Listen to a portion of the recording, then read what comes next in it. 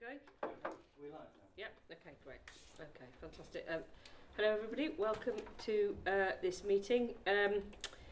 We have got apologies from the Chief Constable and the Chief Fire Officer, but we have Phil Kane and John Foster here, so welcome. Can we just go round the room and introduce ourselves and just explain what capacity you are here in? So I'm John Foster, Deputy Chief Fire Officer for North Yorkshire Rail Rescue Service. Will Naylor, Deputy Region Crime Commissioner. Dave Whisper, Head of Prevention and Protection for the Fire Service. Stuart Simpson, Temp Head of Risk Management. Kieran Owen, Temp Assistant Chief Constable for Specialist Operations, North Yorkshire Police. Alan Westcott, Chief Inspector in Safeguarding. Inspector John Freer from the Safeguarding and Vulnerability Unit. Annette Anderson, Assistant Chief Constable, Local Policing. Thanks. Deputy Chief Constable Phil Kane, North Yorkshire Police. Okay, great. The minutes and the actions can be found on the links. So that's for information. So that means we have no members of the public with their questions. Nope. Okay, so that means we can go straight into the first substantive item, which is modern slavery. Thank you, Commissioner. Today's going to be a bit of a double act between me and Inspector Freer. John is the modern slavery, human trafficking business expert, I would suggest, for North Yorkshire Police. And in terms of today's presentation, we're going to focus on the following areas for discussion. We're going to be talking about the definitions around modern slavery and human trafficking, and John's going to put some context around that. We'll look at the national to local context, looking at what the demands are in terms of modern slavery and human trafficking, governance and policy, and how that looks in North Yorkshire from a local context and some of the challenges there that we face as an organisation and with our partners. And then we will look at some of the activity that North Yorkshire Police and partners are engaged with some case study that myself and John and Mr Kane were involved in back in late 2017, but I know it sounds a little while ago, but it's quite relevant in terms of people around the table understanding what some of the practical challenges are that we face. So just moving on, John, if you just want to talk about a bit about what the definition is. Yeah, Commissioner, I'm quite. It'd be nice to sort of take questions as we go along. Don't worry. I know time is precious. We've only got 40 minutes or so I don't want to do sort of go through a presentation that doesn't sort of answer any questions that there may be on the table. If I could just take just a few seconds just to sort of set the scene really. Modern slavery and human trafficking it is a huge global business. It is worth £150 billion annually across the world. 100 billion of that is around exploitation for sex, 50 billion around the exploitation for labour. And just to give you an idea of the scale globally, the Global Slavery Index estimated that there's 45 million people held in slavery across the world today. And if you compare that 45 million to the total number of people that were enslaved during the 350-year history of the transatlantic slave trade, where somewhere between 9 and 15 million people are enslaved, it just gives you an idea of the scale of the problem that we face today. Just two more points if I may. Firstly, just an illustration as to how cheap life has become. Back in 1856 you could buy a slave for $40,000. Today you can buy and sell a person for less than $100. And we've certainly got evidence in this country where women have been rented out from crime group to crime group for less than £500 a time. And up until very recently, it was estimated that there was somewhere between 10 and 13,000 victims in the UK. Actually, the latest estimate is that we're in the high tens of thousands nationally. So the government's response to that problem and to the problem of modern slavery and human trafficking was to enact the Modern Slavery Act in 2015. And what the Modern Slavery Act did was consolidate a number of pieces of legislation. It increased sentences to reflect the severity of the offending up to life imprisonment. It allowed for the first time victims to be compensated for the exploitation that they'd suffered, and it also introduced slavery risk orders and slavery prevention orders. So it was quite a groundbreaking piece of legislation, and very forward thinking, and the only other comparable piece of legislation in the world was actually in California. So in terms of what it actually is, and I don't want to, if we just go on to the next slide, sir, I don't want to sort of everybody's, if this is familiar to people, I'll just skip over it.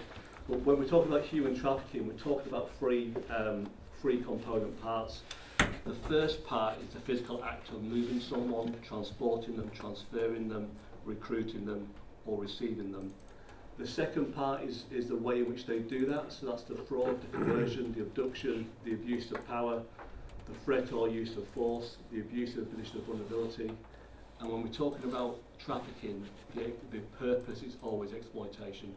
Whether that's sexual exploitation, forced labour, forced criminality, the removal of organs, servitude or slavery.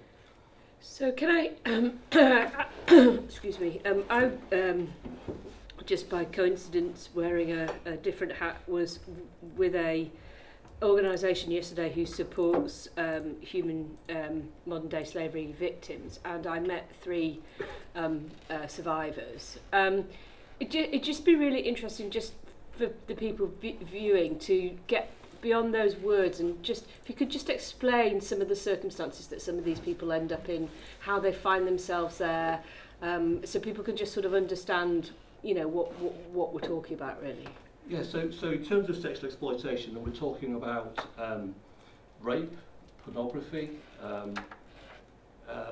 So for example, there was a female that we came across in North Yorkshire who was advertising sex online. And we visited that female and did some safeguarding around that female. And when you looked at, there's a bit of an investigation that sat then behind that, and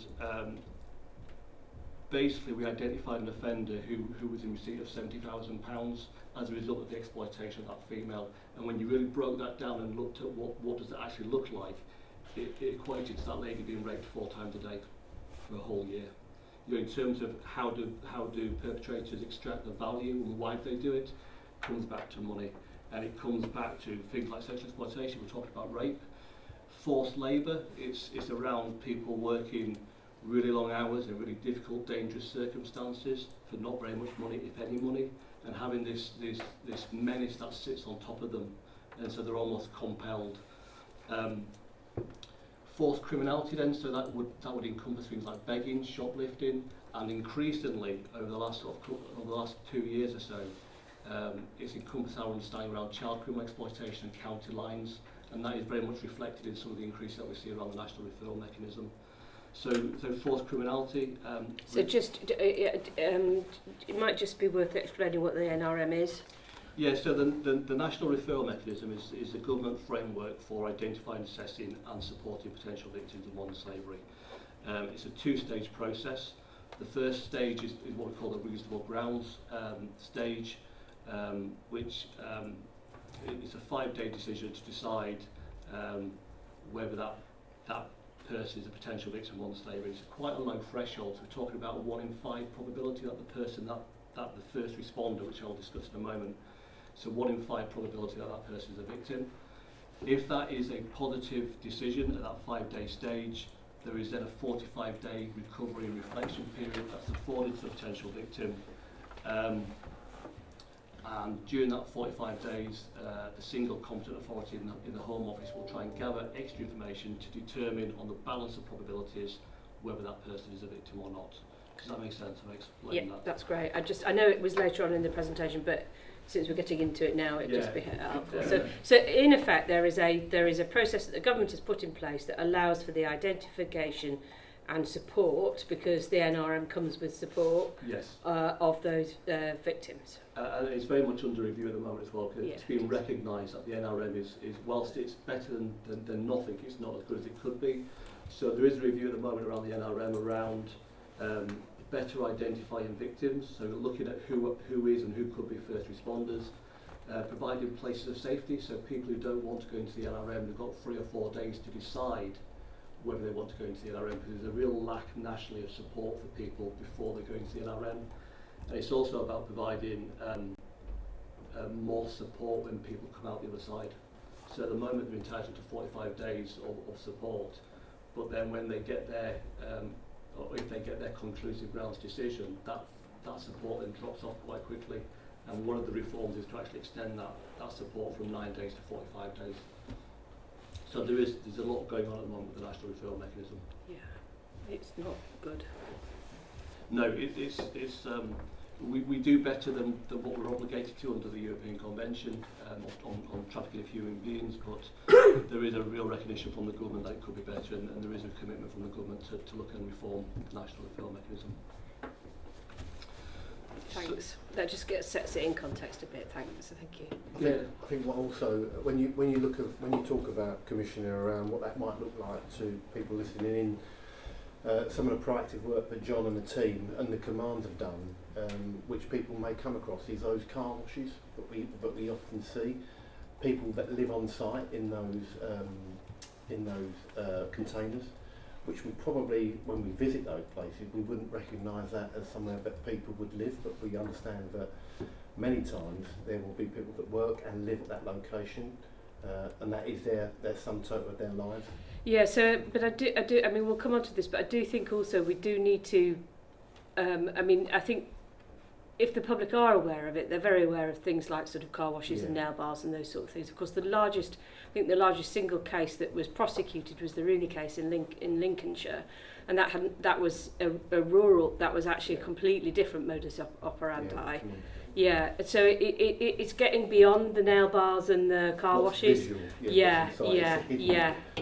I think that was a comment, Commissioner, in the HMIC report, Stolen Freedom, is that police need to look beyond the obvious, and that there can be a tendency that we focus on the stereotypes around nail bars, around car washes, around massage parlours, and actually we don't look hard enough at what slavery or trafficking looks like here in our own communities.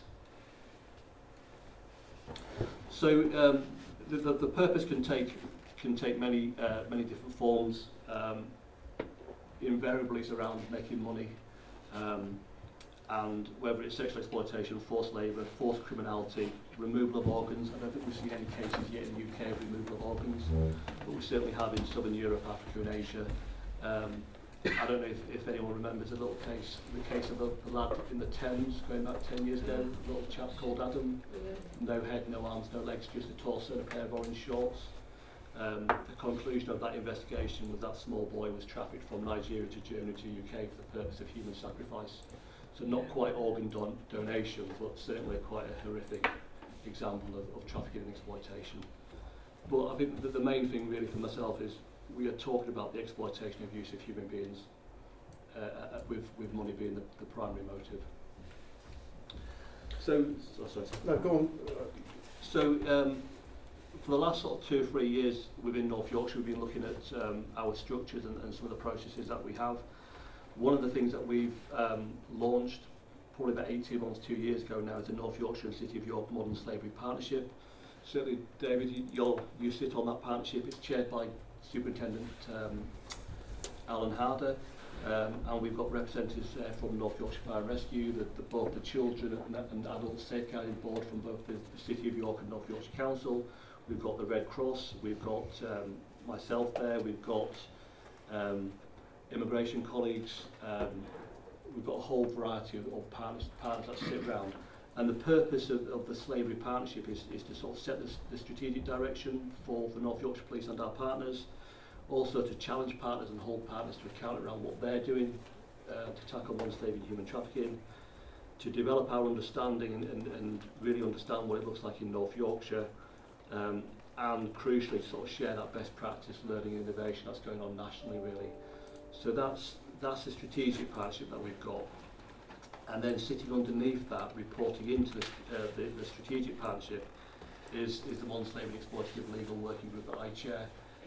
And that is made up of really key partners. We've got North Yorkshire Fire and Rescue, we've got immigration, we've got the Gang Masters Labour Abuse Authority, we've got housing, licensing, immigration, colleagues, and that's a really sort of practical, tactical meeting where we discuss specific issues, specific locations, individuals, and then collectively as a partnership we set about trying to tackle or address the exploitative or illegal or slavery concern. We've got Detective Superintendent Alan Howard as our strategic lead and myself as the operational lead, and then each of the three commands has got a district lead around slavery and trafficking who attend the Modern Slavery and Exploitative Legal Working Group. Just to give you an example, Commissioner, in terms of the work that's done in that group, last December we had concerns around a particular restaurant in York and how they were employed and treating their workers, and we executed a multi-agency operation with ourselves, Immigration, City of York Housing, City of York Licensing, the Gang Masters Labour Abuse Authority and the HMRC National Minimum Wage Team, about 50 odd officers and partners in total, and we conducted an operation to tackle that illegal and exploitative working, really. And it was a really good example. I can't say too much because there's still things that are going on in relation to that investigation and that operation, but it was a really good practical example of how partners have bought into modern slavery and are practically helping to protect some of the most vulnerable people in our community, really, because a lot of these people, they're vulnerable, they don't understand, they can't speak English, they're not aware of their rights, they're not aware of their entitlements. In some cases, there's a real concern around situational dependency, particularly if they're not here legally. They can't go anywhere else to get a better job, they can't go anywhere else to get better accommodation, they can't ask for help. So there's a real vulnerability that sits behind a lot of this. And I think that's the approach that we've been taking, and certainly within an incident, an operation you ran again a couple of weeks ago, John, under up Alligator. Rather than looking at the number of people that we arrest for immigration offences, focusing on those people as victims, because we know that nationally there's, I think it's that super complaint, the Hestia super complaint, about how policing deals with victims of modern slavery. We're really consciously aware that actually these are potential victims, and we gear up those operations to focus more on people being victims rather than identifying immigration offences for people that are overstayers. Yeah, but I think the Home Office can improve some of its practices in that respect as well. But anyway, that's a whole different issue. One of the things that I think is also interesting is that very often some of the people, the survivors involved, victims involved, will come from countries where the police are or worse. Yes, exactly. And actually, it's third parties that are better placed to make sort of to build that trust initially. How do you work with sort of third parties then? So it can be difficult, but you're quite right, because this issue of trust or distrust, it can be a really significant barrier to disclosure. Yeah. So just to give you a practical example, Commissioner, we've one of the things that we do is harm reduction minutes around migrant sex workers. I don't want to go into the hows but we've spoken to about 80 different migrant sex workers. Every single sex worker that we've spoken to has said perfectly fine, they're not being forced, they're not being threatened, they don't need help, they don't need support. But actually when you then do some inquiries sitting behind those visits, I think there's a substantial number who are potential victims. And it's about, the point I'd like to make is about managing expectation, because when you look at the barriers to disclosure, the threats, the force, the fear, the coercion, the fear of being stigmatised and discriminated against. Or they may be illegal and being fear sent of being back. Deported, quite real fear of being deported. Actually, what do we expect that victim to say to us? You know, there's nothing that we can say in that 20 minutes or an hour that we have with that potential victim, which is going to overcome those barriers to disclosure. So it's about managing expectations of the officers, some police officers. From a North Yorkshire perspective, getting more directly onto your question, we do suffer a little bit from a lack of third sector partnerships in North Yorkshire. We don't have any dedicated modern slavery charities in North Yorkshire. But there are other charities outside of North Yorkshire who would take North Yorkshire victims. Yeah, so we do work with Hope for Justice and they're on Yeah. our slavery partnership. They went through a period of sort of retrenchment a couple of years ago, but they've now started to go back out and coming back into North Yorkshire to try and work with us. So Hope for Justice are certainly an option, but beyond that we do struggle a little bit. I mean, one of the things that we are looking at doing, we hold a lot of information around local sex workers, for example, and there's a lot of vulnerability that sits behind some of those local sex workers, and that then makes them more susceptible to exploitation and coercion. And one of the things that we would like to do going forward is to try and secure some funding for a sex worker outreach project to try and work with and build that trust and build that rapport with some of our victims. So I think this is something that we need to think about in our future commissioning strategy, you know, there are third sector organisations who could provide this support. The part of the problem is obviously you need somewhere for these people to flee to. You need accommodation, safe accommodation for people as well, and that can be quite problematic. I mean, I heard a story yesterday about, you know, midwives working in hospitals, identifying victims in hospitals, and literally immediately after the victim had given birth, supporting that woman and her newborn baby to escape the hospital from under the literally under the gaze of the people who were exploiting her. I mean, that's it. Literally, the car was parked in the back of the hospital, and they ran out of the hospital with mum and baby and whisked her off to safe accommodation. And you just sort of think about those. You need a really serious infrastructure in place to be able to try and provide that type of support. And I think we've got a gap in our commissioning strategy here, which I think we need to think about. We've got quite a we've had a process in place for a couple of years, and it was quite unique at the time. But Detective Superintendent Nigel Costello, before he moved on, secured an agreement with the district housing authorities and City of York Council that they would house and accommodate our victims whilst they were waiting for that 5-day decision from the National Referral Mechanism. And that was really quite a significant bit of support that we were able to put in place.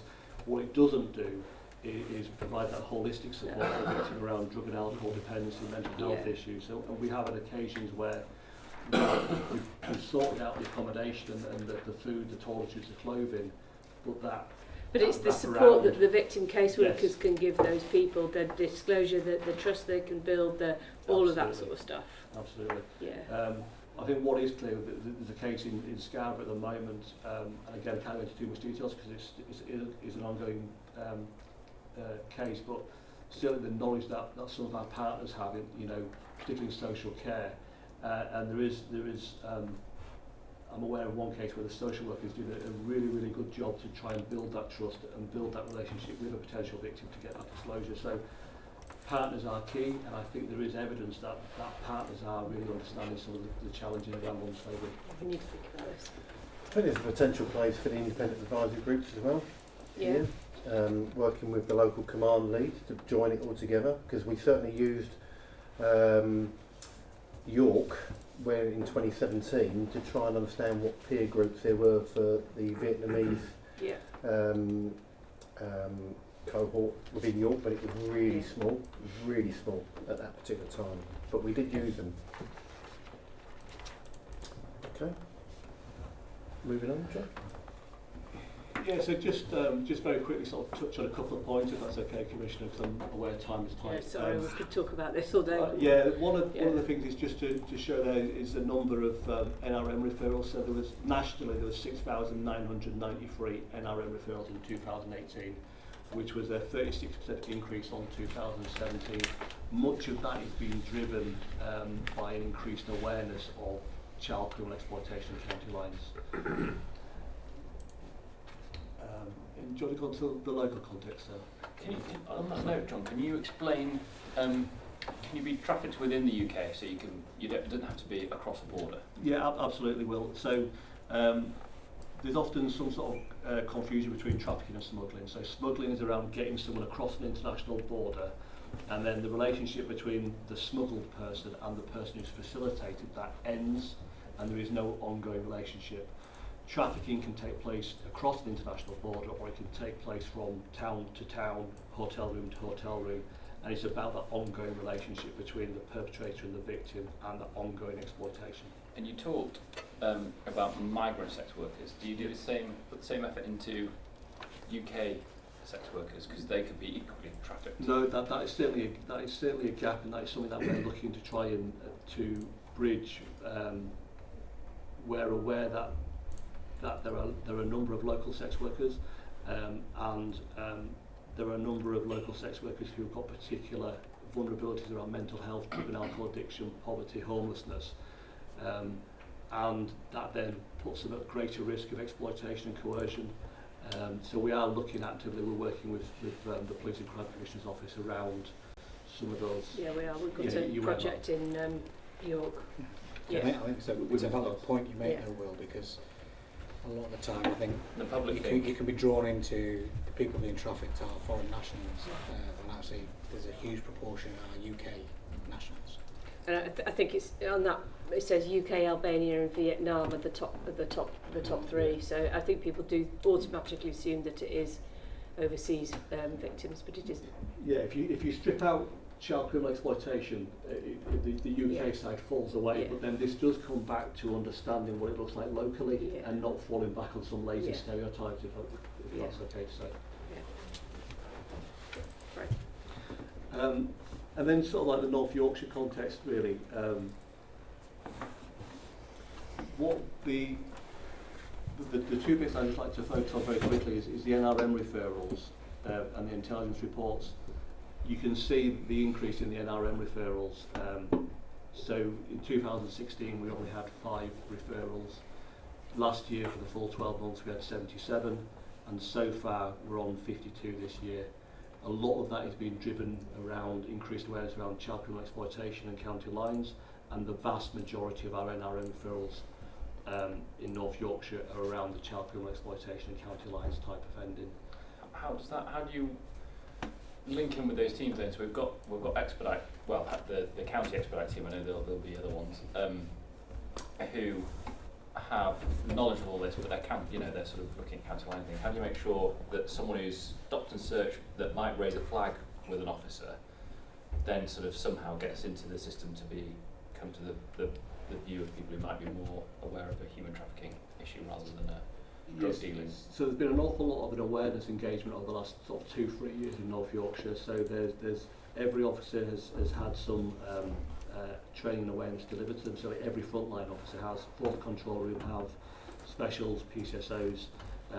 We've designed a modern slavery toolkit, and I know certainly from the county lines perspective, the regional coordinator Andy Farrell, he's also disseminated lots of information around the NRM, the Section 45 defence. So there's an awful lot of awareness that's gone on in the last sort of 2-3 years to try and bring that knowledge and awareness up. So not foolproof, but I think the understanding, certainly in terms of officers that are on these expedite teams, is pretty good. I don't think we flag people, John, do we, on niche around modern slavery, human trafficking? We do if they are subject to an NRM referral, sir. It's your suspects which tends to be a little bit more, and then your cross-border, because as we know, victims and offenders, they move cross borders. They're not confined to particular towns or cities or even counties. It's keeping a track of that cross-border criminality, which is a bit of a challenge. But there are different rules for children, aren't there? Because local authorities have a duty to look after any child. Yes. If it's quote unquote in need. Yes. So presumably that element will kick in as well as the through the MAST. Yes, the MAST exactly. process. Yeah, absolutely. Then managed through MACE for County of North Yorkshire and MACEM for the City of York. So they're quite robust. Yeah, in terms of the NRM Commissioner, the for adults, it's identifying, assessing and supporting is the key bit for adults. But you're quite right, in terms of children, that statutory responsibility is to safeguard a child sits with the local authority regardless. So with children, it's not just, but it's more about identifying rather than supporting children through that NRM process. So the NRMs have increased since 2016. This year it's more around child criminal exploitation and county lines. Intelligence submissions have increased. Is that from cops, John, or members of the public? The NRMs. No, the intelligence report. So the intelligence comes from a variety. So particularly around car washes, we will get intelligence from members of the public. There was this initiative, the Clear initiative, around reporting on an app. So that's driven some of our referrals. The Modern Slavery Helpline, the national helpline, we get a number of referrals from them. So this is all those reports? All those reports. There is a spike there, as you can see, in Q4 2018, which was around an operation that we were running within my little team, and that was around the exploitation of Chinese females within North Yorkshire by quite a significant organised crime group based elsewhere, really. I think one of the interesting things when John started to talk to me about modern slavery was 9,000 farms in North Yorkshire. I know. Massive. I know. I mean, I'm interested with between the links with homelessness as well, which I think is really quite interesting, both from a sort of vulnerability point of view for, you know, I mean, I think some of the activities of the Roonies were involved there, but also then what happens to them when they come out the other end, and where they end up. And I know there's research has been done in London around that, but I do again wonder. If you look across the country, how you know what proportion of homeless people are have been caught up in this in some way or other. Who reports a homeless person missing? Yeah, I know. Particularly if you don't. Yeah. Yeah. Anyway, Okay. Happy with that slide, John? Yes, thank you. we are going to have to move on a little bit, aren't we? If that's with John, to move on to the challenges then, say, with time pressing. Yeah. No, it's just a question about resources. Not really a question for you, John, because I suspect I know the answer to this question, but for Phil, probably as the senior, how do you feel the level of resourcing is around this issue, given partly the unknown scale of it in North Yorkshire, albeit there's estimates, and the risk around the impact it has if you're a victim of? So I think the challenge of resourcing, it's not just around modern slavery, it's around any of the complex areas really, because actually modern slavery and human trafficking is one element. Sitting underneath that, from an investigation point of view, are generally a lot of other crimes that are taking place. So John's alluded to one crime type of rape. You know, there's a whole host of things here. So there's complexities in this type of investigations, complexities in the indecent images area of business, in the digital forensics world. You know, the whole area for policing nationally is under pressure and under strain for resourcing, and it's not an area that the public see. So it's a real challenge balancing resource in that versus visibility, and it's not one that we face alone. Every police force across the country has it. I mean, you still, you know, if you've got your robust teams in local communities, the intelligence that they can get around all of this must be That's absolutely. So that's why I think our approach is around the prevention intervention investment, because if we can get into communities, make communities aware of this, then actually it's harder for these criminal groups to get a foothold. We'll get told much earlier, and that will actually support our ability to investigate these to a successful conclusion and protect the individuals around it. So that's why we're moving into the prevention intervention arena. So just on that point, Will, there's a couple of cases that we've got, and the two investigations have been on running for 2 years, and they're not yet at Crown Prosecution Service advice. Just gives you an idea of the complexity and the time it takes to gather the evidence around this crime type, really. Yeah. So prevention's the better option. So can I just ask them what happens, presumably then, if I mean, one of the things that cropped up yesterday was the amount of time it takes around sort of determining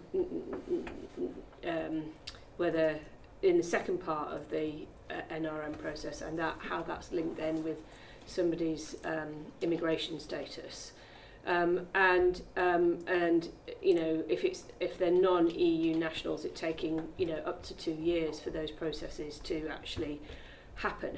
Presumably, if somebody is part of a ongoing criminal investigation, they're not going to just disappear if they're found to be an illegal. No, so first and foremost... You see what I mean? Yes, they could be deported whilst you're in the middle of the investigation. So this comes back to a point that Chief Inspector Westcott made earlier, is around, first and foremost, they're a victim. And whilst ever they're a victim, immigration will not instigate deportation proceedings against that victim, and we ourselves would not be working with immigration in that capacity. So you can go for discretionary leave to remain to assist. Yeah. So you can actually, as part of the NRM process, you can actually go for or apply for discretionary leave to remain, so that victim can help with the ongoing police investigation. So there is a formal process there, and there is also a clear guidance from the National Police Chiefs Council around victims being treated as victims and not as immigration offenders.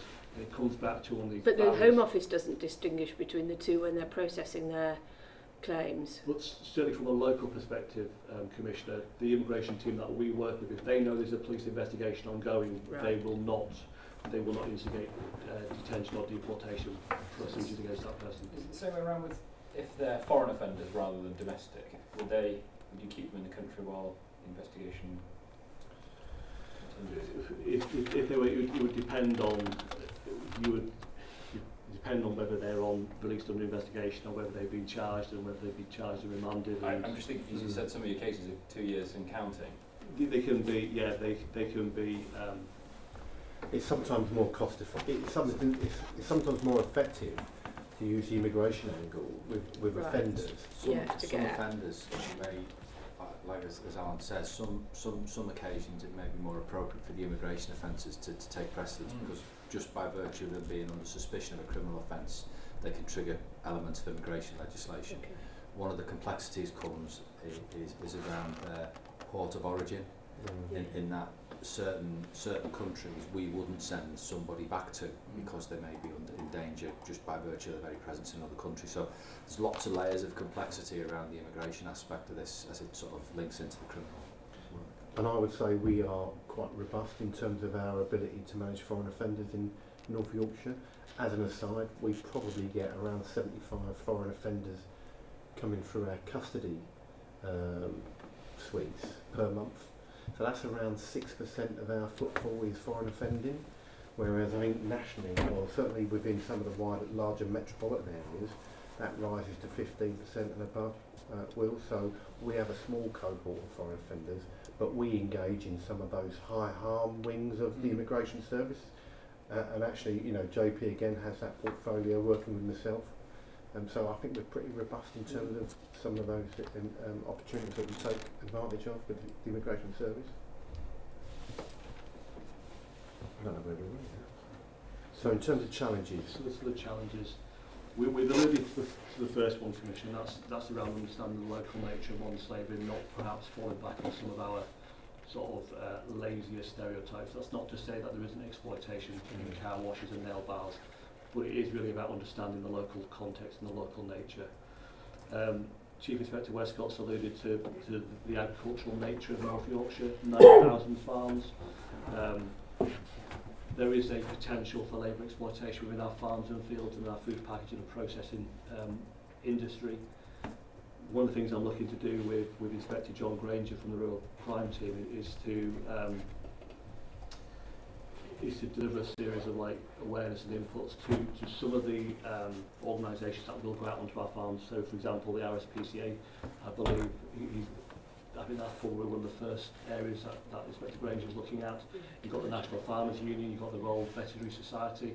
So it's looking at which of our partners or which of our organisations goes into our farms and rural communities and making sure that they are aware of those signs and indicators.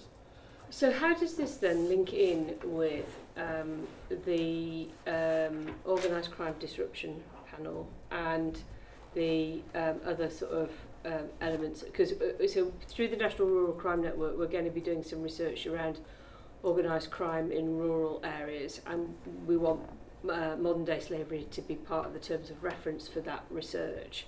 So it's trying to sort of draw all the different strands together to try and sort of understand the picture rather than you looking at it from a slavery point of view, the Rural Task Force looking at it from a, acquisitive theft point of view. You see what I mean? Trying to sort of understand it in the round.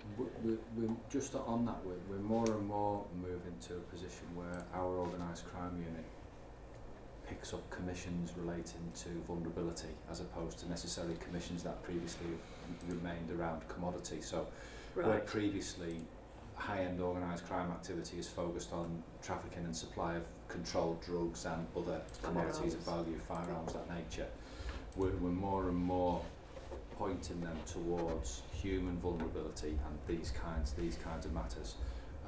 They've recently concluded a modern slavery investigation as one of their taskings, but it's quite it's an iterative process really of trying to encourage people to be more professionally curious around human vulnerability as opposed to drugs, and that includes the manner in which we gather intelligence from all the different sources, and then to be able to join that up in a way that not only the local but the regional organised crime units can progress those investigations, not losing sight of the absolutely local elements that sit within the local authorities and other partners around safeguarding.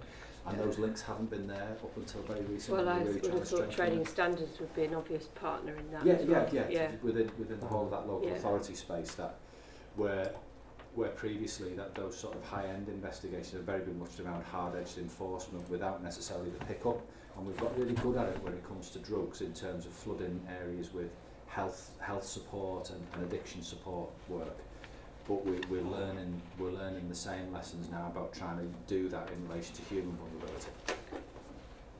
And I would say, so from a serious organised crime partnership board perspective, when Nigel Costello was here, so a good couple of years ago, one of the first meetings around, does one sit under the other, and how do some of these partnerships work together, because it's a subset of organised crime generally speaking, or always.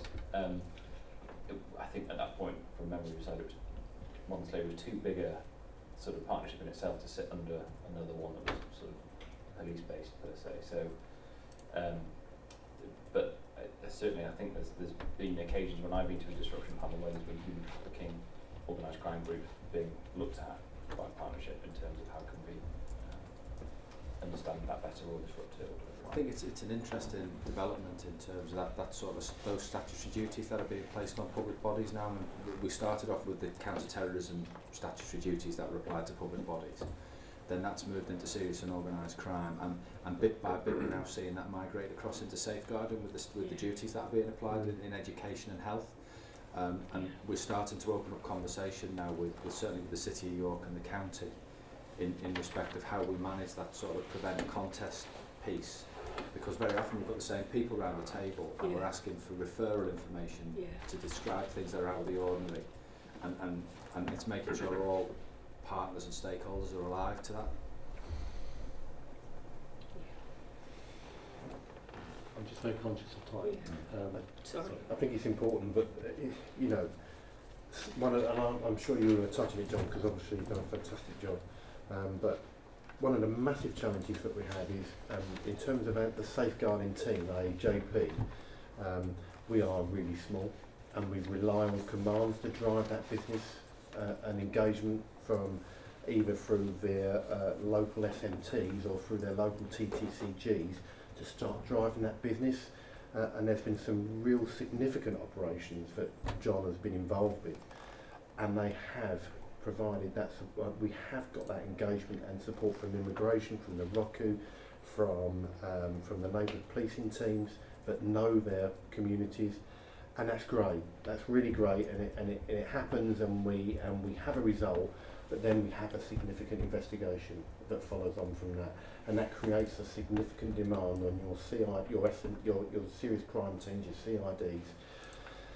A lot of work that needs to be done, but that's the big challenge for us, Commissioner, around that functional responsibility of the safeguarding team and that geographical command and the pressure we can put on those commands in terms of maximising that intelligence that we get. So do you find, so we've got some areas in North Yorkshire that have more developed partnership working around vulnerability than others. Do you find, I'm not mentioning any names, do you find that those areas where they have got that you know, where that partnership working has been more embedded around, particularly around vulnerability for a longer period of time, do you get, is it more effective there? I'm just wondering if we're looking at developing the hubs in other parts of the county, you know, where we've got best practice elsewhere, and I just wonder whether this is one of the advantages to that. I think the more activity we've done is in the City of York, is that right? Right. By far, okay. But we've got activity's very different different. communities Yeah. across at York and at Scarborough and at Harrogate. They're Yeah. very different in terms of some of that, some of the minority groups, I think, and that might drive some of this. And I know obviously this is a live streamed meeting, so I don't want to go into detail, but Yeah. the two operations that we've had in recent months in York have been focused on a similar community. Right.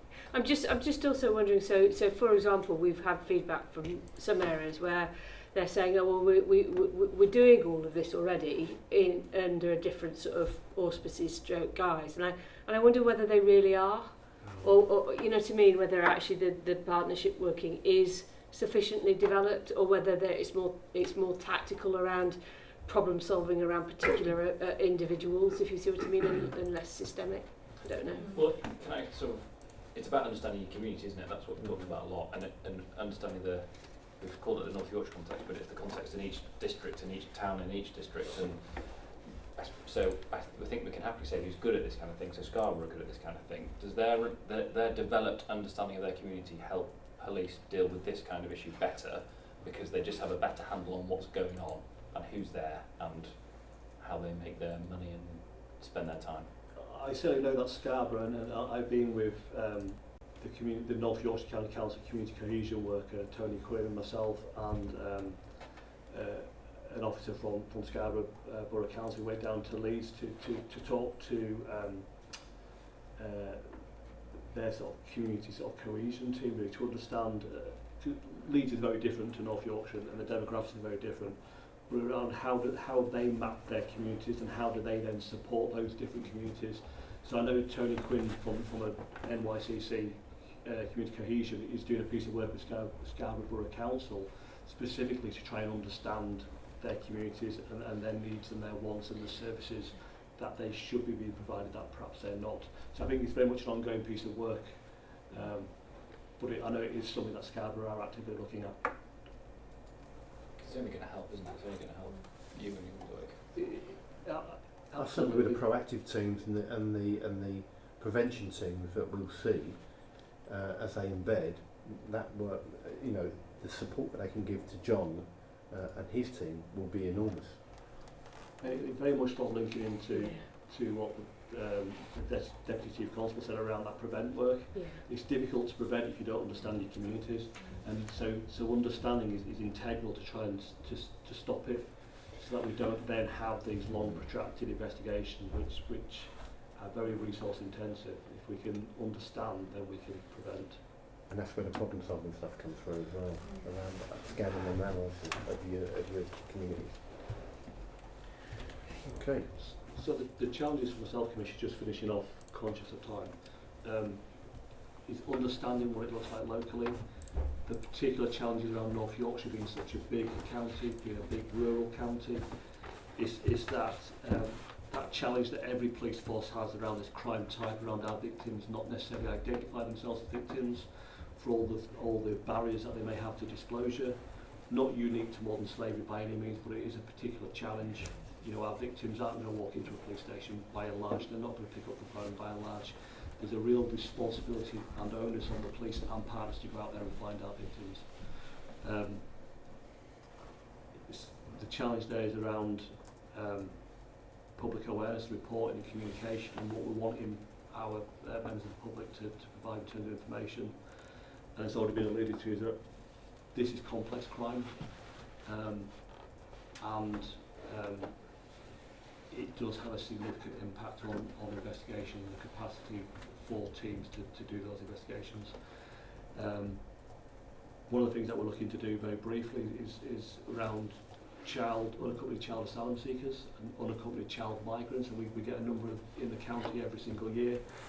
They'll just walk into a police station, or they will go to a petrol station on the A1 or the A19. It is introducing like child welfare assessments, so when we encounter them for the first time, we can have that welfare assessment with that child and really understand the needs and the wants of that child, what their intentions are, whether they've been a victim of a crime en route to the UK, and how susceptible they are to exploitation now that they're here. So that's one of the things that we're trying to look at, and it's about key to this is well, not key, but one of the key things is around those partnerships. We've had two really good operations in York, because it's nice and compact in York, the partners are there. And it's not been the police that have got the result, it's the partners that have got the result, whether it's prosecution for environmental health, whether it's a prosecution for breaches of the, you'll know better than myself, David, fire safety, whether it's immigration around their civil recovery notices. Actually, it's the partners who can be more impacted than what the police, and prevent some of those long drawn out investigations, but still have that real impact on safeguarding victims and tackling the perpetrators. I think we've covered the training. Anything around victim care support? I know you've got National Ugly Mugs on there. I don't know if it's any reference. No, that's more relation to sex work. Thanks, Al.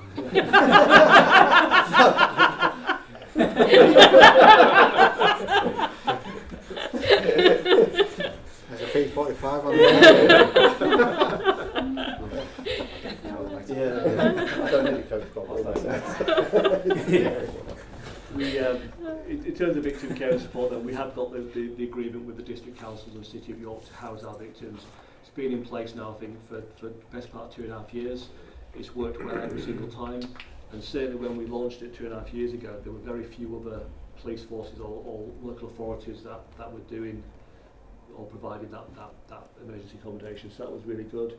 The NRM we've mentioned, and the fact that it is subject to a government review to try and better care for our victims and survivors. The Salvation Army contract is also being reviewed as well, I think. Yes. Yeah. There is will be. There's some doubt, there's some confusion as to when that's going to be live, but I think it's some challenging times. So I've seen the modern slavery helpline, you know, how viable that is going forward. And one of the things that we would like to look at, and I know you're aware of, is around sort of some of the vulnerability that sits locally. And there's a bit of work there that one of your officers is looking at on our behalf, which is great. I think, John, that is it. Yeah, we've covered these really. We were going to talk about case studies of Curtis, but I don't think we've got time. let me just check my agenda. We are 3 minutes over. Right, okay, so probably do. Thank you very much. Okay. Thank you.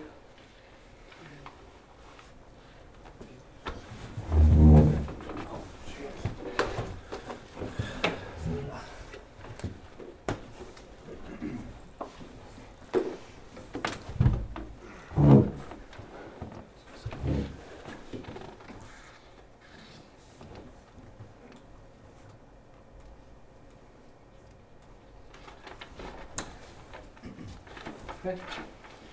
So we've been asked to give you a presentation on safe and well visits, in particular how we plan to move forward with safe and well visits as part of our work, working with vulnerable members of the public who perhaps have some issues that are currently going a little bit unseen, about how we can provide support to them or make referrals to other supporting agencies. So in order to do that, I'm going to a very quick overview of where we are currently and where we are aiming to be. Safe and well checks have been something that North Yorkshire Fire Service have been providing to members of the public for about 2 years now. But over the last 12 months, we're real focused on trying to broaden that out. So historically, or early days, it was our very specialist staff who used to undertake them, our community safety officers, and over the last 12 months, we're rolling out a training programme across a wider range of staff on operational whole-time station staff basically been trained in them and have been carrying them out. So we're at a point now where we see it as something that's becoming much more of our like core business, integral to the way we want to work with members of the public as part of our community safety and prevention work. And with that in mind, there's a couple of things, or a few things on the list there that we actually think we're quite strong in. We do have in service some very well established processes and procedures, and these underpin and support the work of our staff about how they're going to go out and carry out this relatively new work. So a lot of the things that we've got in place for how we record, report, how we make arrangements to go out, how we risk assess, that's all very much tried and tested, part of our day-by-day business. Home fire safety checks are already a very well-established piece of work that fire services have been delivering to the public for a lot of years. And in effect, a safe and well includes a home fire safety check. That's one part of the thing. It's where we add on top of it, we add another layer of observations or questioning discussion with a homeowner, which is where the safe and well part comes in. Internally, we have a database. It's called CFMIS, but it stands for Community Fire Risk Management Information System, which is why it's abbreviated. But basically, it's something we've had for a lot of years. It's quite sophisticated. It holds a lot of premises data, and inside the premises, we can then hold some information about the people, the occupiers. It's not purely for domestic premises. It covers all of our non-domestic premises, all the businesses and all the other things that we want to be aware of as well. The central database where we can basically hold information about the building and the occupier. And so when we carry out things like home fire safety checks or safe and well visits, we do ask questions and record the answers, and that's where it gets kept. But it also allows us to report from it as well, which is why it's a really useful database, because good quality data going into that allows us to report out of it on what we're actually doing. Trained staff, we do have, and I'll cover the numbers in a couple of slides' time, that staff are trained in how to carry out all aspects of the work, including safe and well. So the last 12 months we've had a dedicated member of my team who's been going out working with operational crews, giving them very bespoke training on safe and well. And that I think is something now that is making people feel a lot more proficient, comfortable, competent in actually carrying out safe and wells and doing a good job of identifying some of the issues that we're wanting them to identify. Partnerships, I mean, as a fire service, we've worked historically with a lot of other organisations, either in established partnerships, and which of you talked about one today that we're involved with, but we've been involved in a whole raft of partnerships over many, many years. But later on we'll talk about some of the opportunities. That's about developing further some of the new partnerships or developing further ones we're already involved with. District action plans, those Alan, you were talking a little bit about command, but in our world it's slightly different phrasing, but we work on districts, so we have managers in place to oversee the delivery of the work of operational crews, and they do that using a district action plan process. So it's about making sure they know what the issues are and how they're going to provide the right resource to the right place and the right way to do it. So it's targeted interventions, and that's where safe and well fits in. The early intervention element, this is about how we can try to prevent things escalating in the first place. So we're trying to follow the safe and well model, the living well thing, which was about trying to prevent it in the first place, then reduce it or delay it. So we're really trying to get in the early stages so that people can actually refer people out with regards to safe and well, so that other people can take on some of the necessary interventions.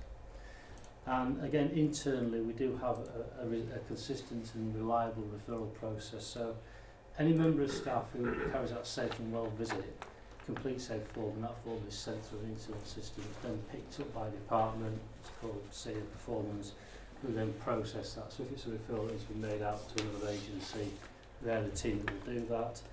And equally, if a safeguarding referral is made, in the same way internally, it's picked up by a safeguarding officer, and then that safeguarding referral will be made by that person.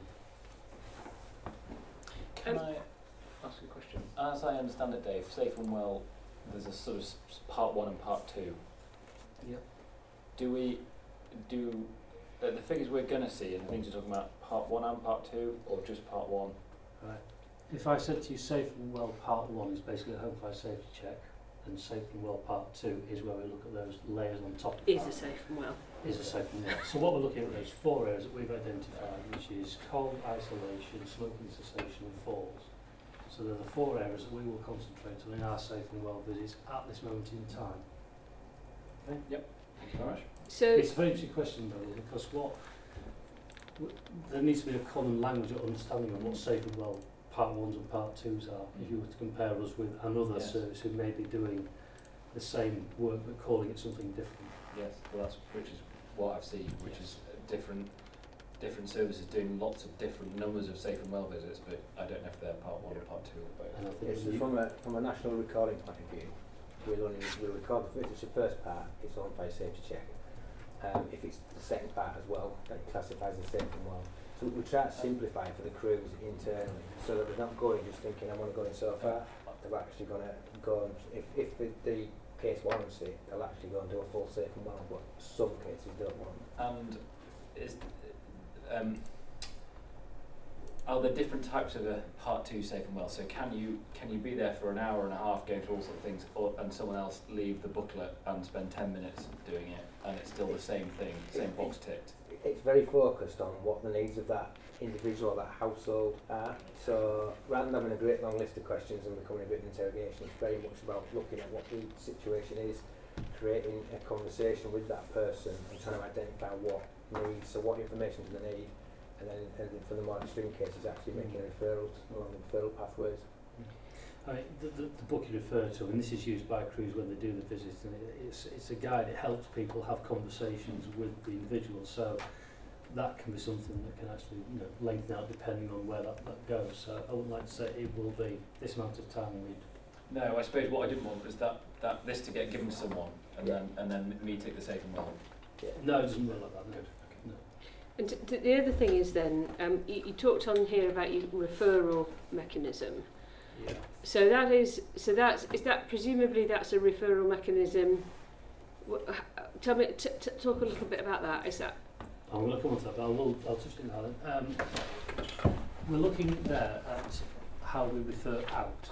So if our staff have carried out a safe and well visit and they've identified something that they want to notify another agency who are better placed to support the individual, Okay. we then refer that out. That's what I thought it was, right. So how about referrals in? Right.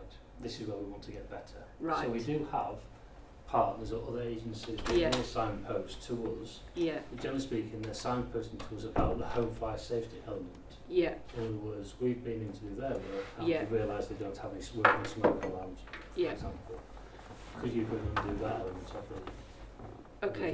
So I've been in some districts where I've sat in meetings and I've seen a discussion about a particular situation, and somebody say, right, okay, in this instance we think actually it'd be better for the fire service to go in and do a safe and well check, because actually they're better placed to gather the information that they were looking for. And I've seen them do that in a multi-agency setting.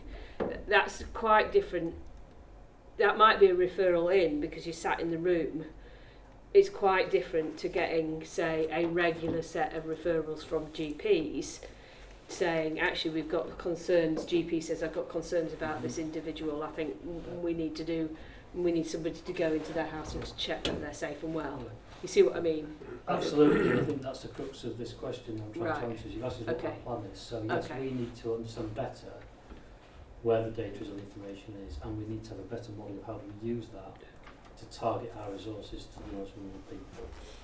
So that's where we're trying to get to. So accessing that through partnerships or working with people who can refer in directly to us. And also that includes them understanding more what we're about, what we can do. Well, I bet they don't have a clue. A lot So of people. I met, Your GPs aren't going to... yeah. So Yeah. GP is an interesting one that we've been trying to get into, and it's quite a difficult nut to crack. So No. the County Council Living Well programme is now, they've run a bit of a trial where they put some of their staff in GP surgeries. So we're trying to ride on the back of that and say, actually, can you refer out for anybody that's appropriate for us to go and do safe and well? So you're absolutely right, it's the quality referrals in that will allow us to do safe and well and actually make an impact to the community. And that's some of the ongoing work that we're doing with hospital trusts, trying to work around the discharge teams. So discharge teams tend to look at the high risk people, but it's those just sitting below that we feel safe and well could add real value to. Absolutely. Yeah. Okay. I mean, it's possible. I don't know what best practice might be out there, and I don't know if it is Cheshire. Fiona's told me, but some services have high numbers of GP referrals into Cool. them than we do safe and well visits in the entirety. So and that's also about capacity and size of service and all those things. But some services have been able to crack that nut. Yeah. But it's also doing it on, I mean, obviously one of the challenges that we've got in North Yorkshire is the sheer sort of complexity of the number of, well, I know the CCGs are reducing in number, but it's that complexity, isn't it, that makes it challenging. So you might have some successes in Rydale, but actually replicating that success in Craven is, not easy. So it's trying to find a way of systemising it so it is consistent and not a bit of a postcode lottery depending upon the individual relationships that you've built up in one area or another. I think that's the work that Dave's trying to oversee is what works in one area, have we tried that in the other areas, and it's, a lot of it is building those relationships with the other agencies, some of the voluntary sector. So even when we put the referral pathways together, it was quite complex because there's not always the same services or agencies available in each district area, so we've had to tweak. So do you work with organisations like Age Concern, say? Age UK Yes. work with Alzheimer's Society and different any I mean, they organisations. in themselves are quite challenging to work with because they're very fragmented in the way that they're structured as well. Yeah, and they operate differently in Yeah, they different do. areas, which is that thing. Yeah. And that's about, it's just building those relationships and getting local officers to especially some of the community safety officers have created really good networks within their localities, and so actually make sure we get those referrals in and we build those relationships to refer out. I mean, I think one of the advantages that the fire service has is the size of your local communities, because you've got quite a lot of fire stations and people based in local communities. It's actually more manageable than in some areas, and you know your communities really well, and I wonder how well you leverage that. I think that's a real asset that you've got. It is, and some of excuse me. One of the issues we've got is that many of our stations are on call, so we don't have full-time staff there. We've got community safety officers, but so there is a problem there in terms of the we need to set up funding streams to be able to pay them effectively in training and such. But it's an aspiration of where we need to be heading. Yeah, most definitely.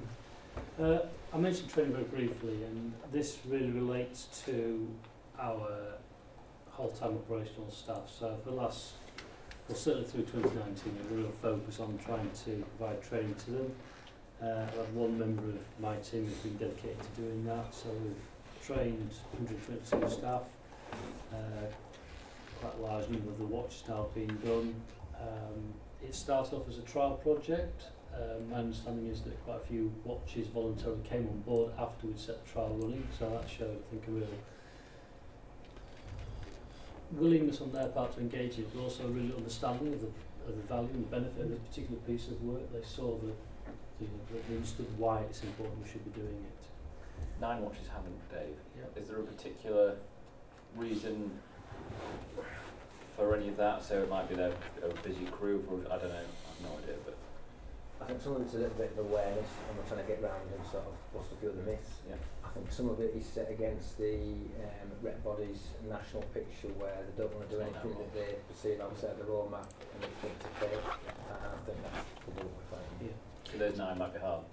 You've probably got the ones that are more the watches that are slightly more but expensive. yeah, we keep sort of pressure on. Yeah. Trying to work with them to Yeah, explain the value Yeah. of doing it. So because certainly when I've picked up when I've done fire station visits, people feeling a little bit uncertain about this, not sure what's expected of them, a little bit not terribly confident, and because it is, outside of some of the things that they might have thought. Yeah. So and now that you've done the training to 23 watches, are you sensing people are feeling a bit more comfortable? Right. Okay. And I think you're right. It's the clarity, the understanding. I think safe and well is a fairly broad brush term. Yeah. Within that, it can include a whole raft of things that we haven't currently included. So, you can talk about it in a very gentle way, and people will then take it to the nth degree and assume we're talking about all these things, which we're not. Yes. We're here. Yes. Aspirationally, we might want to get here, but at this moment in time, we're very clear about what our safe and well visits are about, what they aim to do, and that's what the training has been. So the one that people bring up nearly every time is having to, I'm probably phrasing it in the wrong way, but support people with mental health problems, and that crops up. People feeling really uncertain as to how they deal with those sort of situations. Yeah, and the way that we've tried to answer that question is that that's already an integral part of their sort of safeguarding awareness. So if you see somebody who's got an issue, you can maybe present it with your home fire safety check. So we've got examples where people have been missing items of clothing laid across a cooker, for example, and we'd see that. Now that's maybe down to possibly a mental health problem, could be down to dementia or something like that. We'd see that, and there is already a mechanism to do something about that. You know, with their permission, can we give you a referral to another agency who can better support you? So that's already inside of our work, but we just need to provide additional support and training awareness to our staff, which we're doing anyway. We've got a piece of training on the mind training recently, which is just there to give staff that deep understanding of the example you gave on mental health. Just going back to your point, Will, about when we first introduced this, because it is different to what our firefighters are normally used to, we gained agreement with representative bodies that we would do this on a voluntary basis as opposed to being forced upon staff. Hopefully as more staff become trained, confidence will grow, and so it should roll out to the other watches eventually.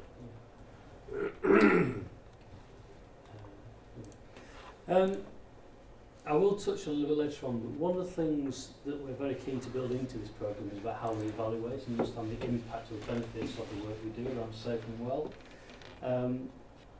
We also work very closely as a regional group of fire services, and South Yorkshire undertook a piece of work. They brought in I'm going to use the word consultancy, but it was called Road Regeneration. They did a piece of work for them evaluating 5 of their community safety pieces of work, which included safe and well visits.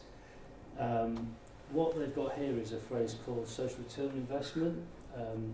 As a company, they developed something called a social value engine. So what they're trying to do is use a whole, it's all quite a complex set of algorithms. I won't try and explain it away, but what they're basically saying is, for a home fire safety, what they've done is they've taken the cost of a fire fatality or a serious injury in the home, they've attributed a value to that, or a cost to society, or what that is. And we've done it in the past. We've got probably an understanding of the economic cost to society if someone dies in a house fire. And then they've also worked out the kind of nominal costs for what it would take to carry a home fire safety check, the staff costs, etc. And they've come back and said that the return on investment for home fire safety checks is £15 for every pound spent. But when they've compared that, or they've done the same analysis for a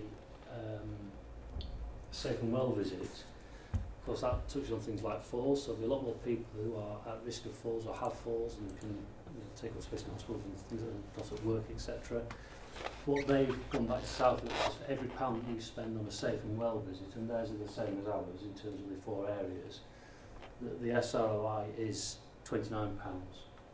So it's a piece of work being done commissioned for another fire and rescue service, but it's just quite useful that they've shared with us the indicative return. I have a healthy degree of scepticism of figures like this, I have to say. I'd need to see the detail to be convinced on some of that. Okay. Yeah. I mean, I'm not doubting that there is a return on investment, but some of these people who develop these type of tools use it as as developing their businesses as well as their tools. So I'd like to have a look at that in a bit more detail. Our challenges. Data and information. We currently have, and you touched on it briefly, data sets within our service, but we are aware of other data sets and information that we can have access to, or would like to have access to. And that leads on to not just having it, but how do we use it? So the idea of a sort of intelligence-led service delivery model, where we can actually take that, we can analyse it, we can do something with it that makes it meaningful to then sort of use it for targeting resources to the right people in the right places at the right time. So currently we have a very, very small data intelligence unit of 1 person. unit?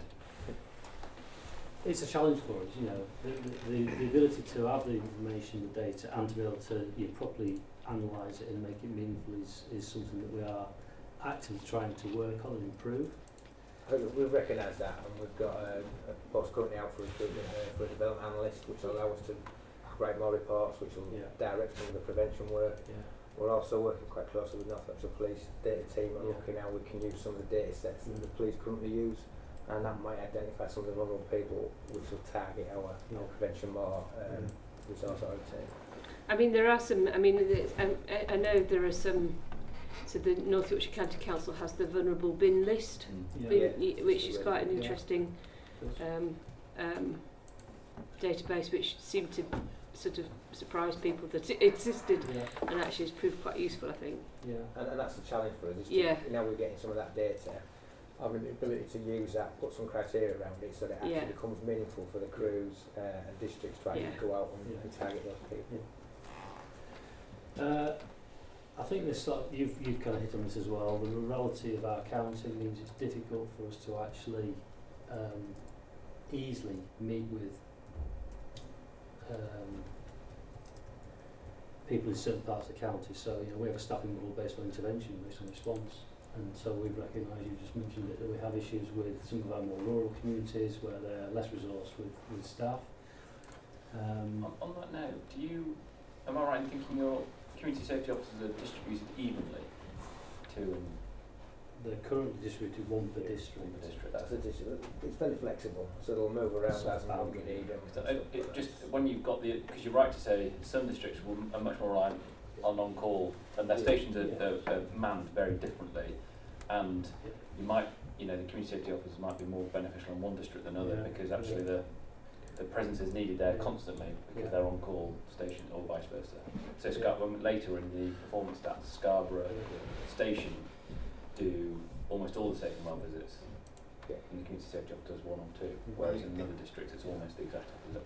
Going forward, this is where the investment in the public safety officer will benefit not just our organisations but the wider public sector organisations and the communities, because actually we're not doing it as individuals, because it doesn't matter whether you've got one person in fire and one person in police, it's still two people, isn't it? Whereas actually if you have a multi-role individual, then you reduce the need for your better UC teams. From the team having visited some of that work in other parts of the country, the extent to which they know their communities over and above already what, I know fire service police know the communities quite already. This was a whole other layer on top because it's just that they were really impressed by that in particular.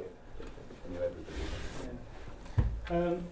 So we are keen to make sure that we can evaluate our efficiency and our impact. So again, looking at ways, and I take on board your scepticism of that particular one I shared with you. However, it's about looking and exploring options available to us. It's making sure that we don't lose sight of the review stage of the process. The evaluation and the assessment of what we've actually done to feed back into the model to say actually do we do something different. So I'm more interested in the outcomes for people. Yeah. And those stats don't give you any sense of what the outcomes are for people. It was a very long report and I picked out probably like 2 lines. Okay, all right, I apologise. There's probably an awful lot more in there. It's things like that beg a lot of questions. Okay. But on that, obviously, I mean, again, I think this is a problem with the modern day slavery victims as well, is what happens to people once they've left all of the formal sort of, once you've made that referral, what then? Yes. What's the outcome for that individual? Do they successfully get the mental health services that they need? Sure. And that's very much intent. That's very much what we would like to understand. How do we close it? We very rarely get the full feedback from a lot of our work. Actually, not just this. It's not uncommon. Quite often we don't actually know what's happened after we've been involved. So, I think that's something that the community safety officers are quite good at, because they're working quite closely within the localities. They'll actually go back, and certainly for the higher risk people, they'll go back and sort of check to make sure that they have had some intervention, some services. It's recording it, isn't it? Back automatically, and that's just an ongoing issue that we've had. I'll go to the bottom as well, and this kind of, I think, reflects on the thing that you've been talking about, the capacity issue as well. We're trying to sort of do a piece of work now which throw up a whole range of challenges, and we've got a finite number of staff, you know, so I'll come to it in a minute, but there are some opportunities we think there are to how we can increase our capacity, but currently it is something that we know is there for us. Sorry, can you just, so on that slide you've got union activity down there, can you just for the benefit of the public explain? Sure. Yeah. Yeah, so I think it's what we've already touched on really. At a local level within the county we have a really good relationship with the rep bodies and we develop a lot of good working practices. I think unfortunately that's against the national picture, that anything that can be perceived to be on the edge or beyond the roadmap is then linked to this pay dispute, national pay dispute that's ongoing, which just, you know, that's somewhere some of the safe and well we believe haven't really got embedded like we'd like it to be right across the piece, because it's that challenge that we're just competing against. Yeah. So it's basically an impasse at a national level, which is preventing local services developing the support they can give to their communities. I think that's fair comment, Yeah. Okay. Thank you. This slide's really put in just to illustrate again that point of rurality. I think one of the things we face is that some of our pieces of work, whilst taking more about the time taken in contact time, we've also got to factor in the travel time as well, so it can extend somewhat the time it takes to actually carry out the piece of work.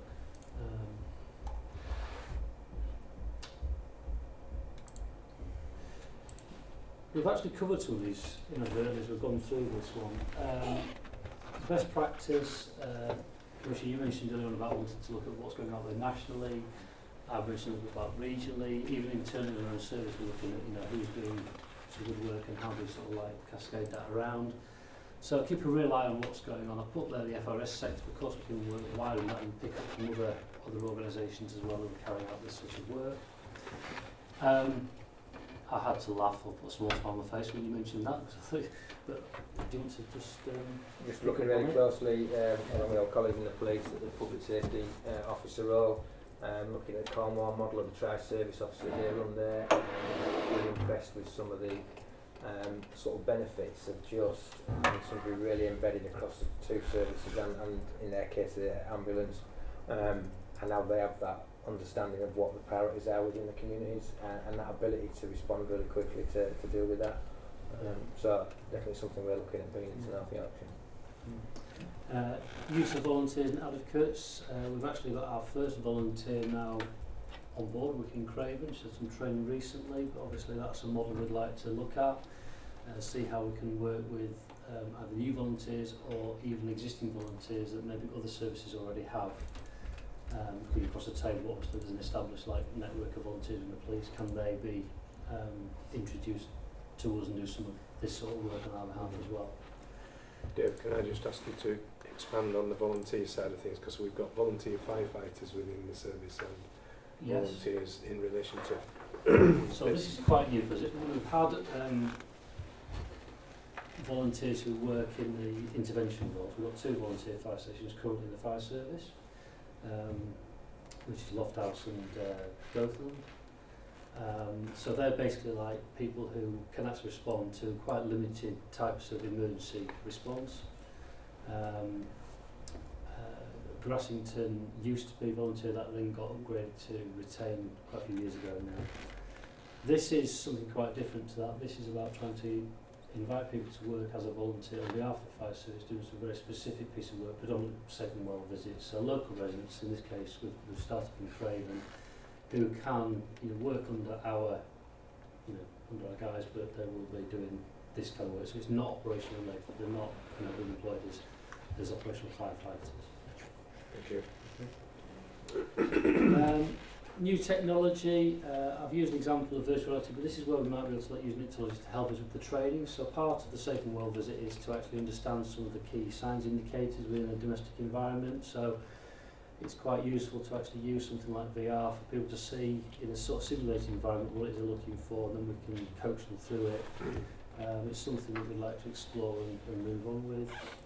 I think this is kind of touching on what we said before about the capacity within individual current staffing models, and that might require us to look at some existing job roles.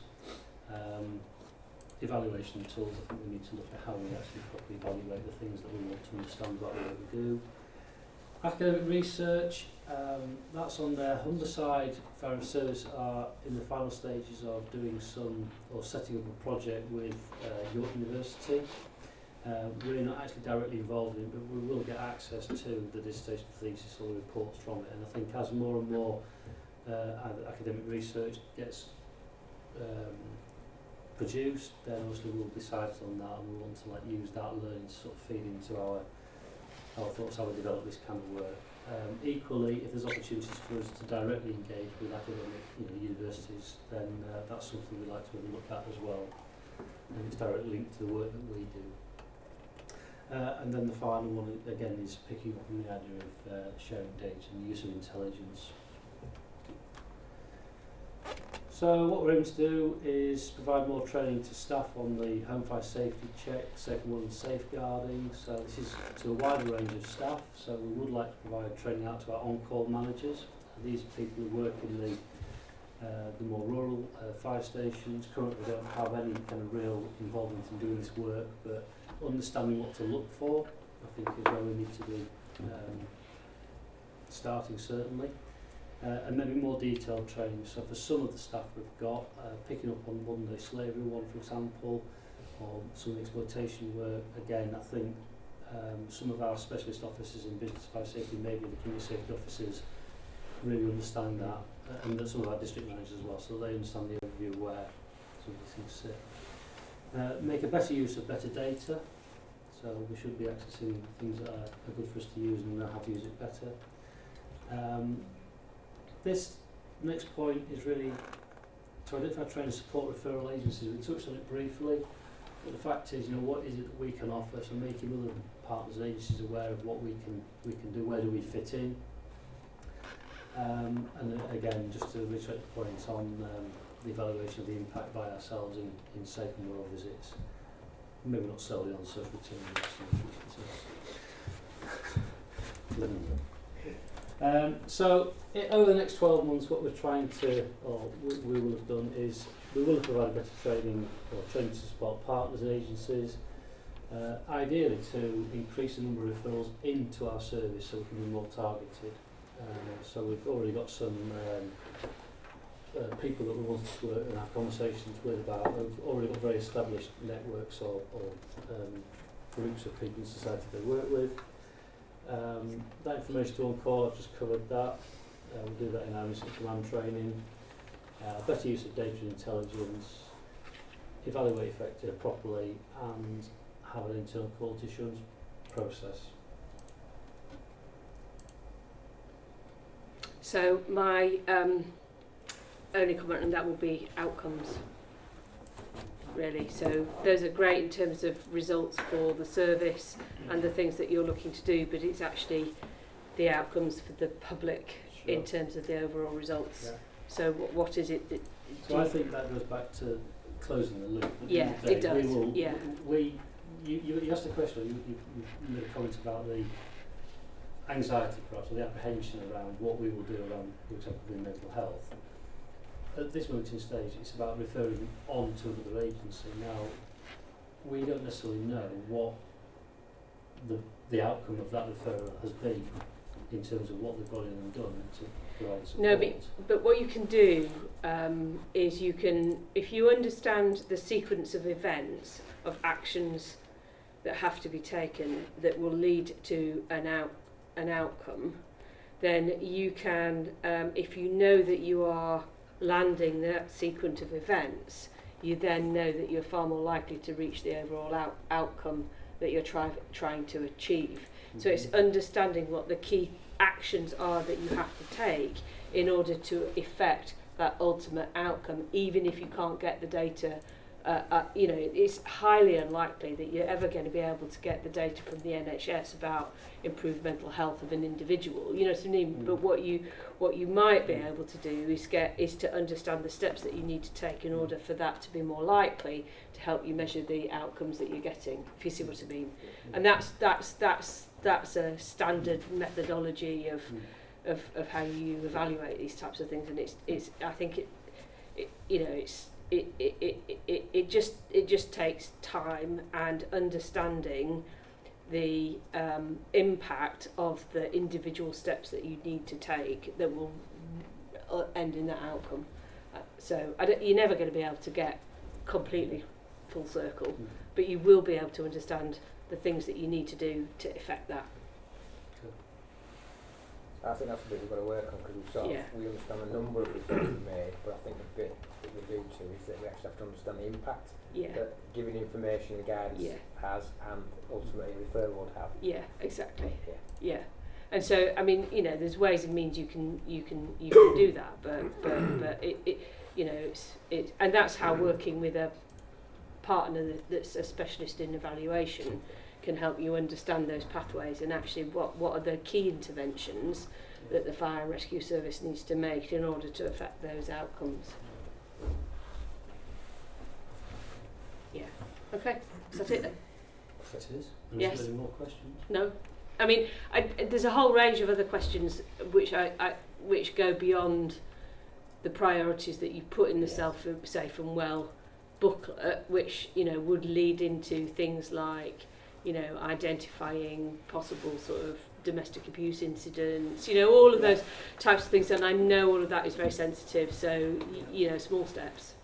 I think that's it. Yeah. I think we put it together with the help of health partners, and we sort of basically said we'll review it every 12 months. So if people come and say, actually, can you include this, then we'll certainly consider it. So it's not it's not finished, it's an evolution. Yeah, exactly. And you know, you sort of think, I was thinking about some of the things you were talking about with, you know, some of the sort of RSPCA and the vets and things like that. If you see cruelty to animals or animals being neglected or, you know, those sorts of things, they all start to form a sort of picture as well, don't they? And that sort of stuff. But yeah, okay, great, all right.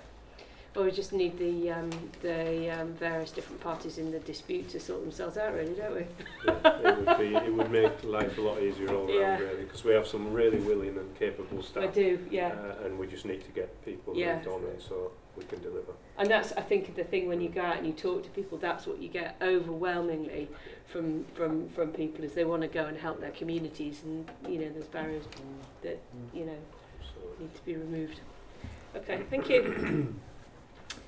Right, so we are pretty much on time. So yeah.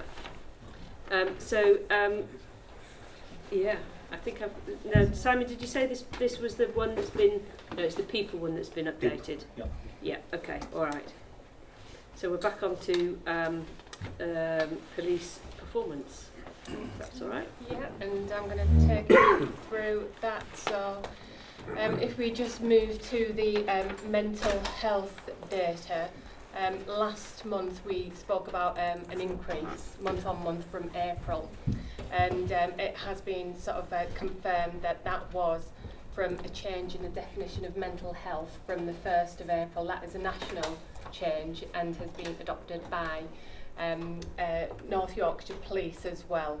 As I said, that is a good thing. I think it gives us, you know, sort of better information and data around our mental health demand. It has, over the last couple of years, been around 10%, but now with the change in the way that we are marking that, I think we can anticipate an increase. Okay. So just in relation to some of the type of incidents, remains the same in terms of the main incidents are concerned for safety, trapped and ill, which counts to nearly 43% of that. So use of police custody, again we've seen one in August, used as a place of safety. And just to go into more detail on the next slide. Can I just put something in context? I was talking to a colleague of mine. The police force area will remain confidential, but up until last year they had the best part of over 300 people still going into police custody. So, you know, last year. So I think you know, we've done really well here. Absolutely, and I think compared to the national average, and you know, so particularly as well with things like juveniles, we just so I mean, I think and I think it's, we anticipated the changes that were coming and took actions, whereas I think what they were doing was responding to the change in the law Yeah. somewhat later than we did. So well done. Okay, so again, we saw in August the return to the average incident volume. There were 2 detainees that required to be taken out of the county, and that was 1 to Darlington and 1 to Middlesbrough. And there were 16 incidents that required police transformation. Most of those, 10 of those, were following risk assessment, and there were 2 where no ambulance was available within those 30 minutes. So those 2 that went to Darlington and Middlesbrough, presumably they were in the north, and they would have gone to the Friarage had that had been open. Is that right? How was it from an operational point of view when they got there? Because there has been difficulties, hasn't there, when we've taken people from outside of county into other areas, and those systems and processes not being as well in place. I'm still. Yeah, still. But it's between us both now. But I'm still due to meet Rich Ogden to go through some of these things. Right. It's an appropriate adult discussion, so I can ask. Okay, all right, that'd be great. Yeah, okay, yeah, all right. I'd like to think we'd know if it had been particularly negative, but. Well, we don't we don't sometimes find out. No, but no. No, so we'll find out. Yeah. I mean, I think the positive of that is the sustained improvement from ambulance service for support for transportation, isn't it? Yes, because we'd seen a dip again, hadn't we? So that's picked back up. Yeah. Okay, so just in relation to overall crime and incidents, as we anticipated, July, August, busy months, but we have seen a total number of incidents in crime in line with what we would expect as a seasonal average there. Clearly the weekends are busier as anticipated. Unless there's anything, sort of in particular, what we did see obviously is there as well as the spike over the bank holiday, and that was across a force area.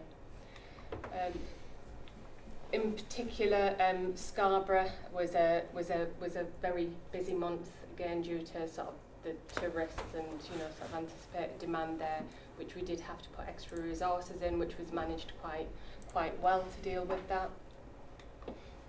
And again, sort of no exception reporting in the county. So just in terms of crime for overall, year to date, we have seen a 1.5% increase overall, but again, some of the changes that we saw last month, so we've seen significant decreases in drug offences, robbery and vehicle crime. But we have seen those rises in some of the miscellaneous crimes, public order offences and violent crime, but what we have seen is a decrease in antisocial behaviour, and this is better crime recording.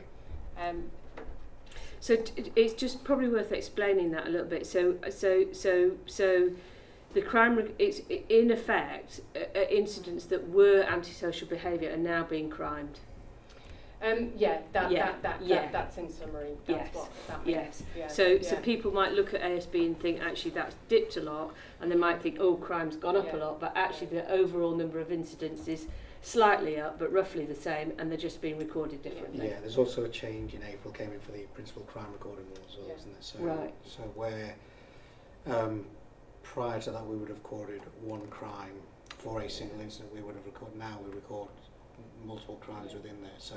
Yeah. So that again, that's additional change that's taken place as well.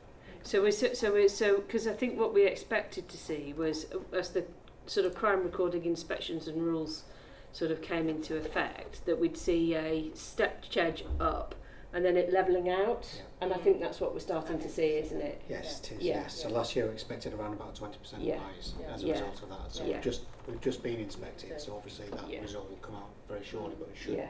There'll be an indication to the public and yourself around what that looks like. Yeah. And I would say ASB, I think I'm right to say, is up, generally speaking, in the country, and whilst it's down here, partly because of what you just said, it isn't up, which so there's still some good work being done. And I think as well, as a service, we have protected our neighbourhood policing when a lot of other forces haven't been able to do that. Yeah. So I think that's something that's been benefit to us in our communities as well. Yeah. Okay. Is there any particular reason for the decrease in vehicle offences? I mean, there was a spike in Yeah. vehicle offences, wasn't there? So I The wonder. Yeah. lift was largely over at County in and around Harrogate, and I think Knaresborough, at the time of the wasn't it? last but one meeting, the CID over at County just to say identified the main perpetrator Yeah, groups that's and right, started yeah. to put some Yeah. tactics in place to tackle them. So I think we've probably seen that drop as a result of the success there in terms of some jail Yeah. sentences and similar. That's good. Okay. So again, that just gives a snapshot of the areas. And I would, just on that point, we talk about burglary loss at this point, the figures look much better. Selby. Apart from Selby, and Yeah. Julia, we haven't really discussed it actually, but I did spend some time in York with the burglary coordinator, who's Good. excellent, and the work they do is excellent, and County have one now as well, not Yeah. this yet, but a lot of work is going into identifying who these persistent burglars are, and lots of work going on to then manage them, as you'd expect, which I think is reflected in some of these statistics. And certainly when I looked at, we're showing the numbers, and the fact it's on a big whiteboard for everyone to see is helpful, because it keeps it front of mind. And they had just seen a spike in Selby from known individuals. So that is being, someone will be intervening and say that's being managed, I think. But so it's not a surprise to see that, because I was informed about it. There's a real pressure at the bottom of Selby district, particularly coming in from west, south, Yorkshire and Humberside. It's that sort of, well, it's four forces merging into one in the space of a couple of road junctions, and a combination of the local teams, CID and sort of proactive policing resource around trying to sort of reinforce the border and make arrests. So I think we'll see that come round reasonably quickly. Yeah, and certainly from my observation since I've arrived here, the focus on the task and coordination from daily to the monthly is really effective, and really understanding and being able to respond to it. So again, I think that is played out. Agreed, and I think whilst Expediting County has been largely based around county lines, from what I gather, but you can all tell me otherwise if that's the case, the Expediting teams that have or are being set up in the other commands will have a slightly wider remit, which will include things like burglary, but essentially respond to what's happening there and then. Yeah. And if that has to be burglary, that's what they'll deal with. Yeah, so they're not looking back. So I'd just say I think that is a really positive picture. I mean, we really did have some issues 6 months ago on this, so they've clearly got a grip of it, and it's good to see. So thank you. Okay, feed that back. And again, I think it's a similar as we saw from last month. We've already discussed the decrease in antisocial behaviour there. Okay. Proactivity, we have seen a slight decrease. Sorry, Nick. One of the things that is quite apart from a couple of areas, a decrease in missing persons, which is quite interesting. Any particular reason? Because obviously missing persons are, well, A, there's vulnerability involved, but B, also it's expensive finding missing persons. I think, again, it's from my visits and our discussions with the district, is a real focus, particularly on the partnership work, the effectiveness of our missing and safeguard and exploitated groups, and a real problem-solving approach in relation to that. Again, looking at that early intervention to reduce repeat missing. I think it's really effective here. So again, it's only going from strength to So I strength. think we invested in that in about 12, 18 months ago, I think, in terms of starting to have a look at this as a problem-solving approach. Yeah. So, and again, investments in our mental health area business and working with our partners around that. I think this is, this is where I think we'll start to see it bear fruit. What that develops into is almost a trigger plan, so that if there is that, sort of missing incident as well, there's a real focus in terms of understanding that person's maybe behaviour, trying to locate it, and then that informing again sort of interventions to reduce that in future. That's good. Just Yeah, to add in, it I is mean, good. John, JP, who's left us, he's working with the private care homes who are sort of proliferating Yeah. across the county now, and across the country for that matter, to introduce sort of memoranda of understanding about their responsibilities, not only in terms of management of children who are placed there, but then also the reporting and how then we close the loop. And we put a real focus on that within the sort of tasking and coordination approaches across the force. So it's a bit like we talked earlier about moving away from commodity to vulnerability, bringing missing from home as a concept into the tasking environment to sort of bring that focus around not only the sort of the capture of people who are missing and finding them and so on, but then the work with the local authorities around telling us where they were and those sort of safe return visits and things. So it's a real big sort of partnership portfolio of actions that have brought about some improvement. And that's supported by the Children's Safeguarding Board as well. So I think, you know, the Director of Children's Service and others being on board with those type of care homes as well. So historically it's been Selby in the northwest of Craven where the children's homes have been most prolific. Is that, are we seeing more in other areas now then? Scarborough's always been a challenge. Yeah. There's two specific new private homes in Scarborough that have been problematic with a small number of children. Right. So locally we've really turned the spotlight on them, and there were a couple of individuals who've been missing 15, 16 times each in that sort of April-May period. But through putting the focus on and encouraging better practices on all sides for that matter, because it's not just about the partners. I mean, some of the police responses haven't been to the standard we would have liked, but they are now. And that's reduced the impact of those individuals, not only from them going missing, but also the antisocial behaviour and associated criminality that they get into. And it's that as Annette says, it's that problem solving approach to try and take them away from the temptation, which has improved their behaviour in lots of areas. Do you think the focus around vulnerability to county lines exploitation has been part of that as well, in terms of young people being targeted? I think so, and I think probably 12 months ago when county lines really started to bite in the North Yorkshire area, the end of the focus was the commodity, it was the drugs. Yeah. We're now seeing that as maybe the last but one. Right. Stage for us, and we look past, well, obviously we're very happy to take the drugs off the street and pursue the criminal prosecutions, but we focus more now upon the children and the people who are that trafficked commodity at the end, and the vulnerable person. So that's helped us in terms of repatriating children in the right circumstances to where they need to be, back to families and other sort of support. But also it's helped us, I think, in terms of identifying those young children who are vulnerable locally and cutting off the end point of supply, because we're looking particularly across on the county side where we've got young children who are right on that periphery of drugs and antisocial behaviour, but who are otherwise very vulnerable. We're putting measures in place now to stop them from being drawn into that world through the different tactics that we can employ. And I think that approach is having an impact on the culture of our officers and staff that are there dealing. So before we may have looked at some of these children as a drain on resources, as a nuisance, of continually going missing, etc.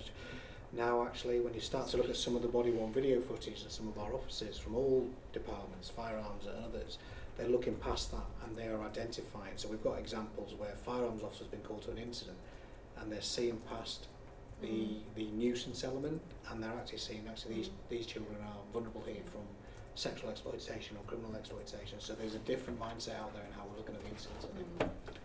I think you're absolutely right, and even the use of terminology such as missing from home and demand driver, isn't probably the best in terms of looking at it as in terms of vulnerability, and then being able to sort of problem solve and putting in safeguarding measures that's appropriate. So I've seen that there's a real sort of sense of that in this county, so it's really positive. Great, thank you. So just in relation to sort of proactivity, we did see a decrease around the OSU. in particular. I think that was very much being able to support the demand around Scarborough and some of the resources, just because of the general increase in demand in relation to that, and they were supporting nighttime economy, etc. too. But again, I would say that we would see, sort of that go back to normal levels. Yeah, we'll start to move towards normality. We are looking to try and improve the data capture around some of the work that our proactive policing units do, to try and better understand the detailed contributions that sit behind the sort of large percentage areas there. Well, that's a work in progress in conjunction with the Nexus team here. So last month we discussed again some of the challenges within our in the force control room, particularly because there were a number of changes around shift changes and I said general ways of working. Up until mid-August, again we saw some challenges around answering 999 101 calls. However, from mid-August, we've seen performance much better leading into September, where we have seen significant improvements. Obviously, we'll report back on that next month. This was also contributed by a significant increase in 999s. Remember, we said it was a 19% increase from the previous year, and was way above the national average, which was shown around 6%. Fortunately, again, we have seen a decrease and in August, and it's gone back to lower levels, which we would expect. And again, we're seeing that in September. It's around about 1,300 less this month so far. Okay, so I suppose the question there is whether the improvement in performance is simply down to fewer calls, or whether it's because you've actually improved performance. Yeah, I think we'll have to see how that goes. Yeah. It's a combination. It's a combination. That's. I think again, I know this isn't the indicator in terms of the performance area, but actually going and visiting the staff in the control room, they are different. There's a different atmosphere following the shift change. Okay, I need to. So I have spoken to John McFall about that, and there was supposed to be something in the diary actually. So I'm going for a full day, and I was on not the last but one meeting, and there does seem to be a real positive change for the staff in the control room. We feel much more comfortable under the new setup, and the improvements. We will see the improvements next month. Wait to see how much they improve, for how long. But I think it will be. It's always a mixture of demand and better capacity, better resourcing or different resourcing there. Our recruitment plans are now sort of full steam ahead. We're expecting at least 12 to 13 new call handlers start training next month.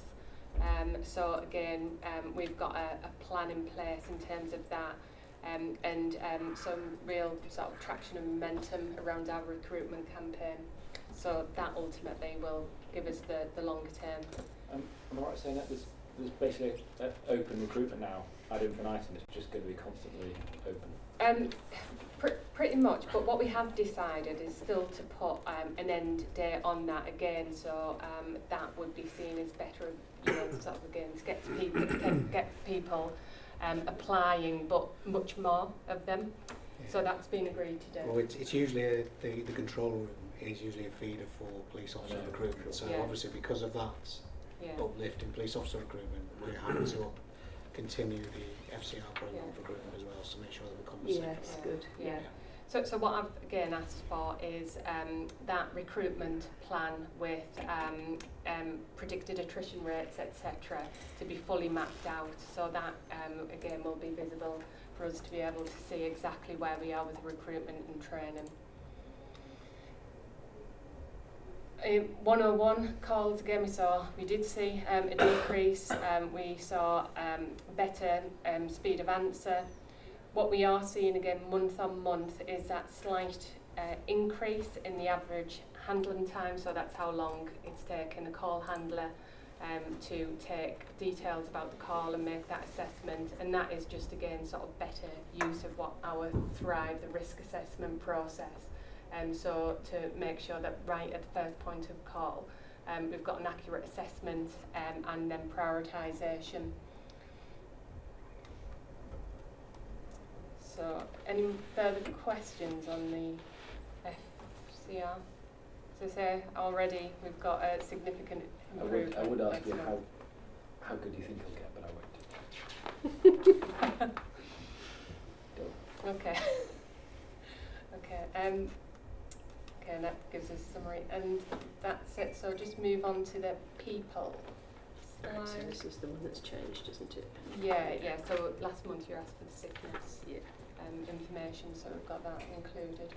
And Phil, are you going to give an update on the recruitment plans? Yeah, I can give Yeah. I'll give a verbal update on Yeah, that when yeah, it's yeah. finished. Okay, great, and that's fantastic, why thank you. we've not included. So in terms of the details, as I said, we have got. Do you want me to talk about this? If you're going to go into the detail of the recruitment plans, this Yeah, gives us shall I cover the recruitment plan now? So in terms of the precepts uplift commissioner to take us to 1,450 officers, what we should be doing, so the figures are slightly revised from the ones that are on here, but in November of this year we will hit 1,451 officers, so we'll be over the 1,450 projected target for the precept uplift for this year. Okay, so I think it's important to set that in context, isn't it? Because that is roughly the same amount of police officers as we had in 2010. Yes, so that takes us back to the 2010 Yes. levels Yeah. for that. Yeah. That will be sustained over and above from January of 20, which there's a slight dip in December. That's because of ill health retirement. So there's a regular sustainment. So that takes us through to what we call the operation uplift, which is what the public would know as the 20,000 extra officers that the Prime Minister has announced into policing. So in order to achieve those, our recruitment profile has started in relation to that. So we've built in some new additional intakes. So again, for within this financial year, on top of the precept uplift, there will be another 28 student officers brought into North Yorkshire Police. So that by March of next year, that will take us to 1,478 police officers is where we will be aiming to sustain from there. And then again, each year after that, for the following 3 years, will be an additional 67 officers into North Yorkshire Police. So in additional 2 years, will be an additional 67 officers into North Yorkshire Police. So even by March of 2020, North Yorkshire Police, if we're given the funding for this from the centre, will be well in excess of 2010 levels for police officers. With regards to PCSOs, the precept uplift was to take us to 220 PCSOs. Again, we should be in excess of that target by January of this year. Now the reason it takes a little bit longer for PCSOs is because PCSOs are also a feeder for PC recruitment, so therefore the attrition rate is higher for us for PCSOs. So by January 20 we will have, we're looking at about 230 PCSOs. Now that number, we have never had in North Yorkshire Police that many PCSOs. So they're coming to us from the precept uplift from there as well. With regards to diversity within our recruitment as well, in 2015, Commissioner, you'll remember, we were one of 4 forces that didn't have a black police officer. Lots of work have been undertaken since then. Our representation at that time was 1.2% of our workforce was BAME, police officer workforce was BAME, against a community representation of 3.4%. We now need, from this intake, 4 more police officers from a BAME background to be recruited, and we will be in excess of our community representation. So we will surpass 3.4% representation. I fully anticipate we should do that. We've got 14 BAME candidates going through our assessment centre in October and November. If we achieve that, then we'll be the first Home Office force to achieve that in the country. So I think, I can't say how much work has been done around all of this. Yeah. So it's been really fantastic, you know, it's really good to see the numbers coming through. You see the new recruits out, here. It's great to see new recruits with their red epaulets. And the BAME element is just noticeable in the diversity of the teams that you see around here. So it's really, really good to see. So thank you to everybody who's done all of that. I know it's been a significant amount of really good work. So thank you. Okay. Again, that's just the prediction with police staff. And again, citizens and police, and in terms of specials, the long-term target is 286, and we are at 110. So again, I think that we just need to look at how to improve and meet that target.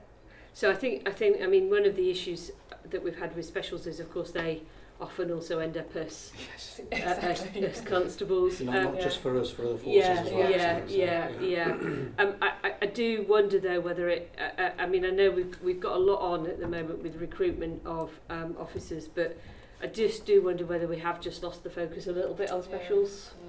So it is there. Actually, from a BAME point of view, specials are at 3.6%, so they're over above our community representation. But yes, we can have a look at that on how to recruit that. But I think it is a real challenge for us, because actually those individuals that probably before joined us as specials because there was no recruitment going on, waiting for a recruitment campaign, and now applying either straight to become police officers or going from specials to police. So it is a harder ask for us. Turning that on its head, given all the interest in becoming a police officer, and not everyone gets through the process, or for different reasons, or they change their mind or whatever, do we sort of suggest that you didn't get in this time, or we can't recruit you for a year or so because of whatever? Do we push people towards being? Yeah, so we don't just cut them adrift once they've been through our processes. So again, they'll be invited back to do some more work with us. So actually we've done the investment in workshops beforehand. We carry that on going forward. So it is whether that is the challenge is that whenever we're recruiting for specials now, there's always a police recruitment campaign going on, whether it's in our force or another force locally. So it is really difficult to get people to pick special when there's an opportunity to become a regular police officer. So it is a challenge for us, but it's something I think we've got to probably look at and see whether or not there's anything we can do, particularly around those that want to be career special constables. That might be something else. Positively as well, our wider volunteer sector in North Yorkshire Police is really healthy. We have the healthiest volunteer pool in any public sector organisation in North Yorkshire. So again, that's the people wanting to volunteer to work in police in North Yorkshire is really good. I wonder, whether there's an opportunity. There's been all sorts of discussions, hasn't there, around specials. Yeah.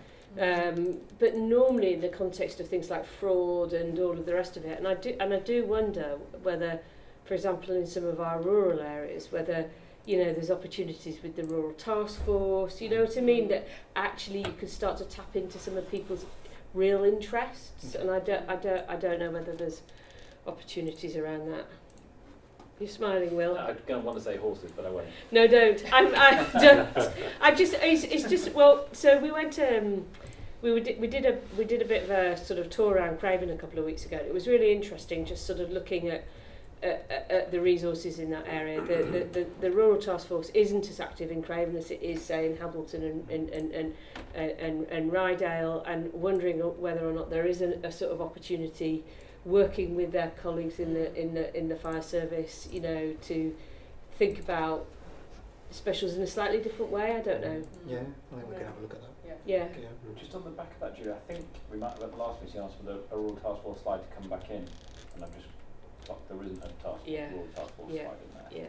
Something on their activity would be helpful. Yeah. There's been one before, so I don't want to recruit. Hopefully. And of course, our rural task force has been put forward for a World Police. Yes.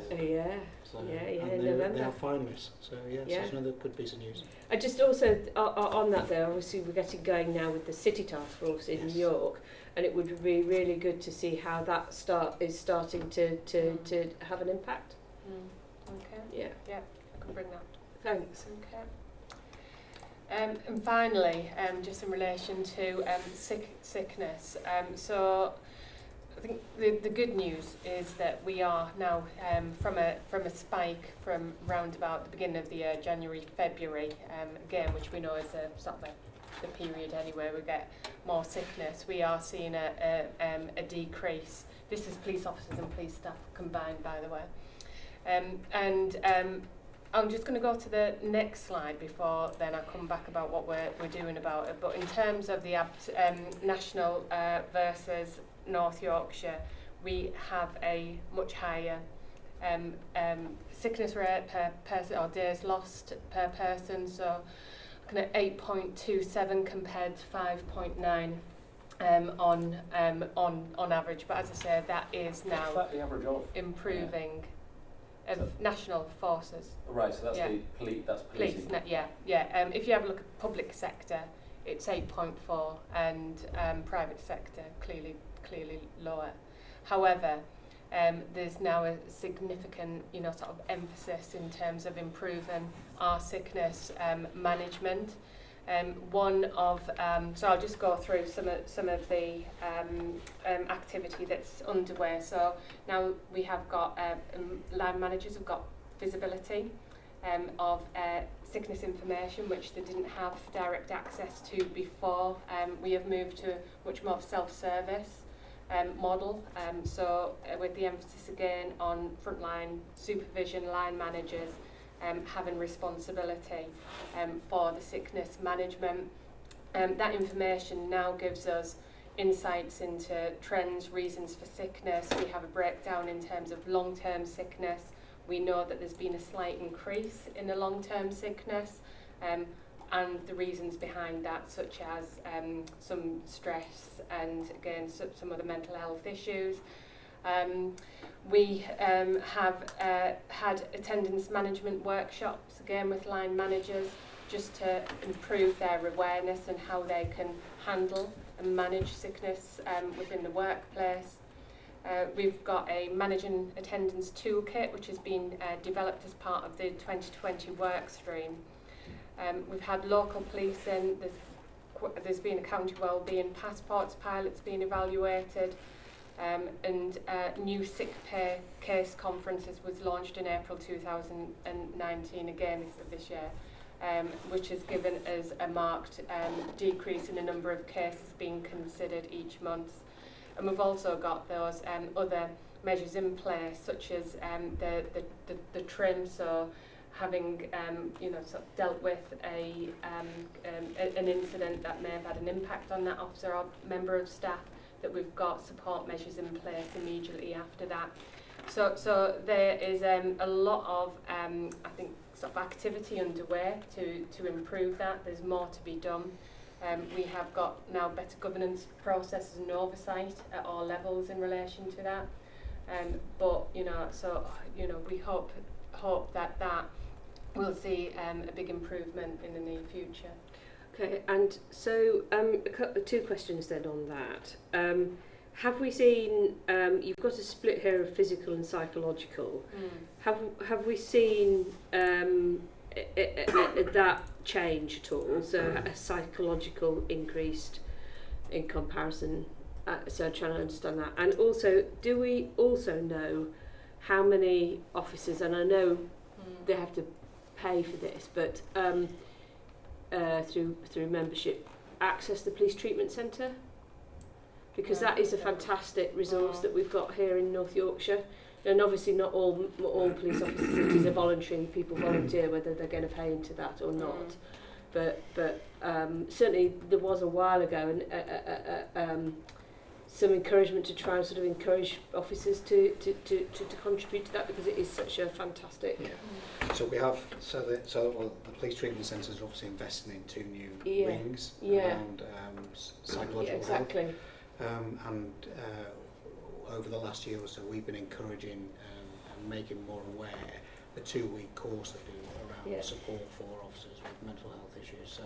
So that is there. And again, I think we have to be careful of the physical versus psychological stats here, because a lot of psychological is hidden in musculoskeletal. I've got a bad back, I'm not declaring I've got. So Yeah. I think we have to be careful on looking at that. So in December, I've asked our head of HR to develop, along with the workforce, a wellbeing pledge, so that we can launch that in December. Have some key speakers up and launch that across the workforce as to, right, okay, as an organisation, team, supervisors, individuals, what are we doing about a pledge towards our well-being and each other's well-being? So that's something we're developing to push out in December as well. Okay, great. Okay. Thank you. Is that it? That's it. Great. Marvellous. Thank you. So this is the performance summary report for August. Look at incidents first. We had 596 calls in August compared to 687 in July. So it was a quieter month in terms of response activity. And when you break that down, the automatic fire alarms were about the same as they were in July, but it's the fires and special services which have dropped. So we had 330 false alarms compared to July. We had 329. But the fires have dropped from 186 the previous month to 131 this month. In August.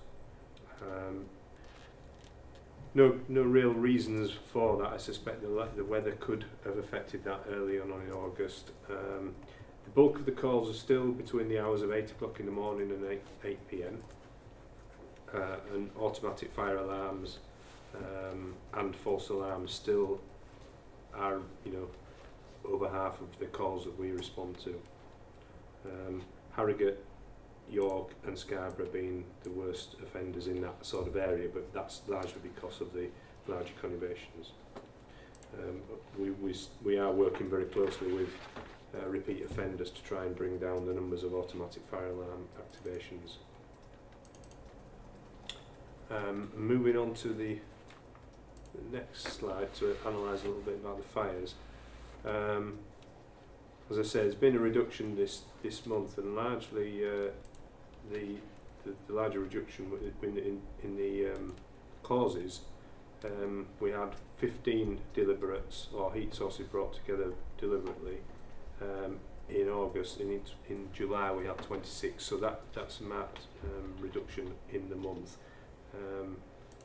And at the moment it's difficult to try and predict why that has happened, but all the other incidents were similar to the previous month, but certainly deliberates is less this month than it was previously. John, chimney fire is obviously very low in the top left-hand corner. I presume that will start changing as people start that time of year. It could well be, yeah. Do the fire rescue service do anything around raising awareness this time of year for? Yeah, we have a communications plan which is themed around certain issues. So water safety we will start and do water safety earlier on in the spring, so that we're covering it into the summer. I'm not quite sure, Stuart, are you aware of when we launched the chimney fire one? And I think it just happened, it's been quite recent. right, so Good time. we look towards predicting what's coming in the future, but yeah, certainly we run around on white goods and various other ones. I think the thing there is that it's not just the one thing, 1 week in the year, it's built into the core work. So if you see that, open fire stoves in a person's home, you would talk about it irrespective. No, I totally understood. I just thought I was looking at buying logs yesterday and I thought I'd even Yes. So an interesting No, one I've in never done it, so. interesting one in the when we look at the numbers again of the secondary fires. In July we had 13 loose refuse fires was the high one there. We had 13. In August we've only had 5, so there's been a reduction there, quite a significant reduction. Small numbers, but again we need to dip into this and have a look deeper to understand why. Moving forward onto the appliance availability overview, as I suspected and have reported in the past, PAMS, August availability has been a real test for us. When you look on the graph there on the left hand side, there are quite a large area of reds, which means that we hit the critical level of 32 appliances or less. We've got 46 in total. we like to keep them in the optimum if we can do, or maximum. So the optimum is 38 to 45 available. But this month, in August, we did go into the critical quite a lot of the time. That's largely due to on-call availability, and certainly when you look at the overall availability figures, previously we had 87% availability for all appliances, and it's dropped to 83% this time in August. I would like to think again, now we've got beyond the school holidays and things have settled down, that will start an increase again. And when you look at the on-call availability, it's been hovering around the 82-83% for the last 3-4 months, but we're at 76% in August. And again, it's just largely reflective of the on-call recruitment issues and the school holiday period. On the bar chart with blue figures there, that's where they were last month. So other than Danby, all the others are either the same or have reduced in August. Again, largely down to the holiday period. On a positive note, we have recently, 2 weeks ago now, we put out a new on-call recruits course. They graduated, they're now on their own, so we've got 11 new on-call recruits. Pleased to say that 3 of them are women, so we're improving diversity within our on-call as well, and we are now well through the selection process for full-time firefighters, but they won't be operational until around April next year. So we, would urge anybody listening in, on-call recruitment remains a real priority in all our rural areas. Really would like people to come forward and help out with this problem.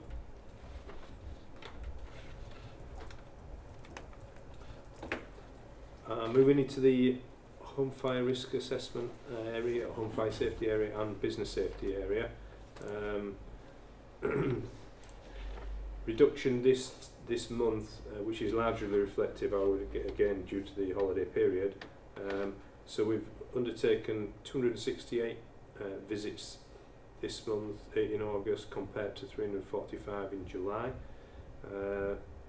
Number of home fire safety visits was 193 in July, 161, but and safe and well was 109 compared to 115, but 53 in July.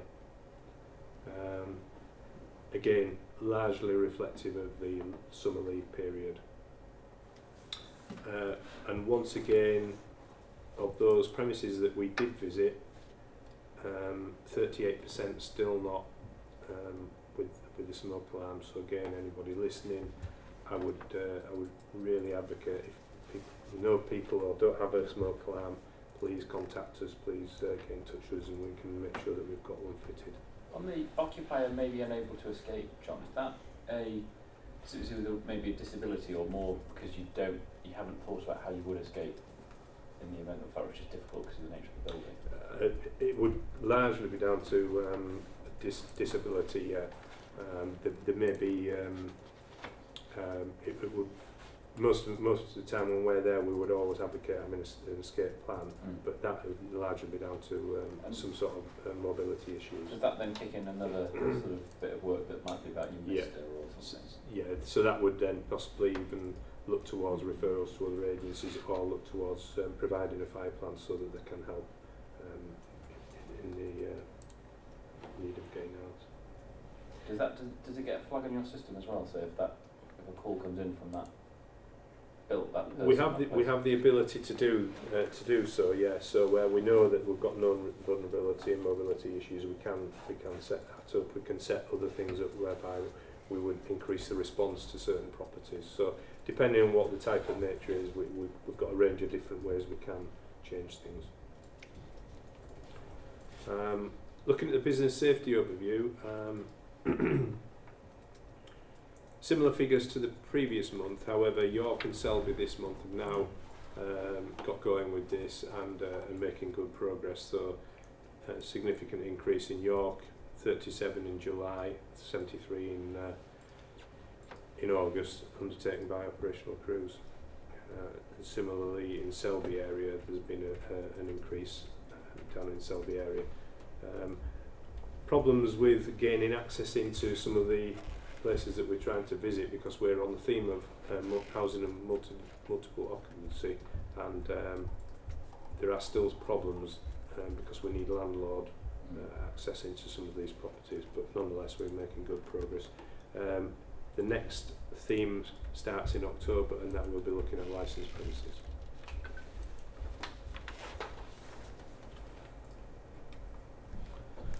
So looking onto the health and safety overview report, violence to staff, nothing reported in August.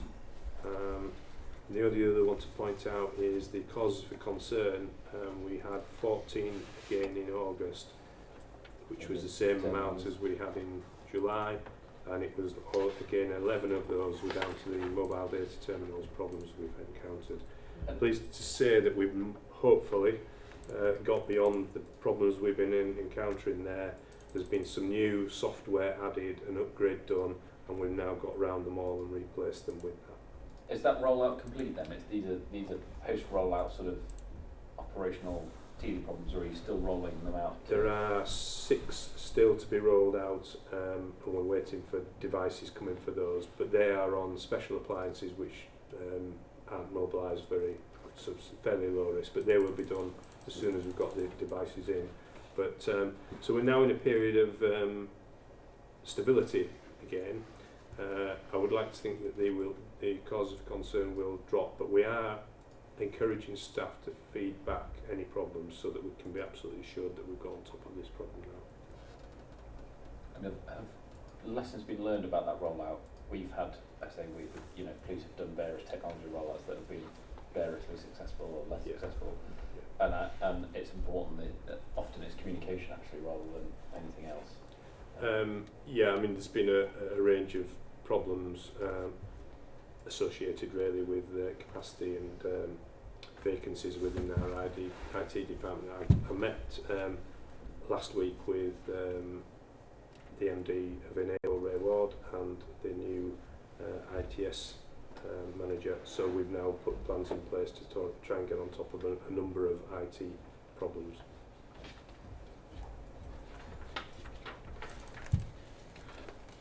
Next slide is absence overview slides. No major problems there. I'm pleased to say that this month compared to July has been reductions. Our overall average remains about the same compared to the previous year as well. And on the next slide, we were asked at the last time if we could provide some comparison about where we are on a national basis. This report here is something compiled by the National Fire and Rescue Service Occupational Health Group. It's compiled in Cleveland actually, and it covers 39 fire and rescue services and 39 for control as well. The top right hand graph shows that we're so that's for our whole-time firefighter posts. We're fairly well down. We've got an average of 3.52 lost sickness percentage working days. So fairly healthy in terms of the national scheme. There's always work we can do to improve on that one. And similarly, the control one, the one on the bottom left-hand side, fairly low there as well. You will remember when we had the baseline report undertaken, that was opposite, it was at the other end. Yeah. So we've done a great deal of work there. But we've had people on long-term sick who are now back to work, and various other things have been done. So it's a fairly healthy picture for us. However, when you look at the Green Book staff, we're edging towards the top end of the scale there. So that's something we need to really understand and work with staff. So just for people, just to explain just what Green Book means. So the Green Book is our support staff. So that's people who are in support functions, those that work within Enable, within all our support functions. So that's something where we need to look obviously we've had a huge amount of change over the last 12 months. Whether that's been reflective of the change that we've gone through, we will have to look at. Yeah. But similar to, as Annette was saying, we've got a range of measures in place for support for staff. So occupational health, look at individual cases, and we do all we can to make sure we've got that to work as soon as we can. We've got the exercise physiologists on so that we can help people working through injuries and such. We've got the national fitness campaign in as well now, which is been really beneficial in identifying some early problems with people, as well as improving the health and well-being overall. So lots of work going on in the background to try and improve our sickness overall. Right, that's really helpful. Thank you, John. That really helps put it in perspective. So that's great. Okay. All right. Simon. Yes, we do. We do. Right, excellent. I'll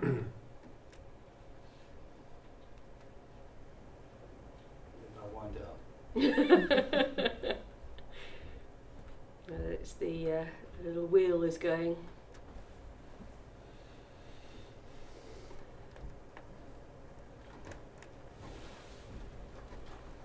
Is it a long question? No. Right. Sure. Do you want to read it out?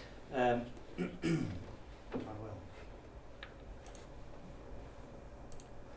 fact, I'll plug it in here. Now you can go through it.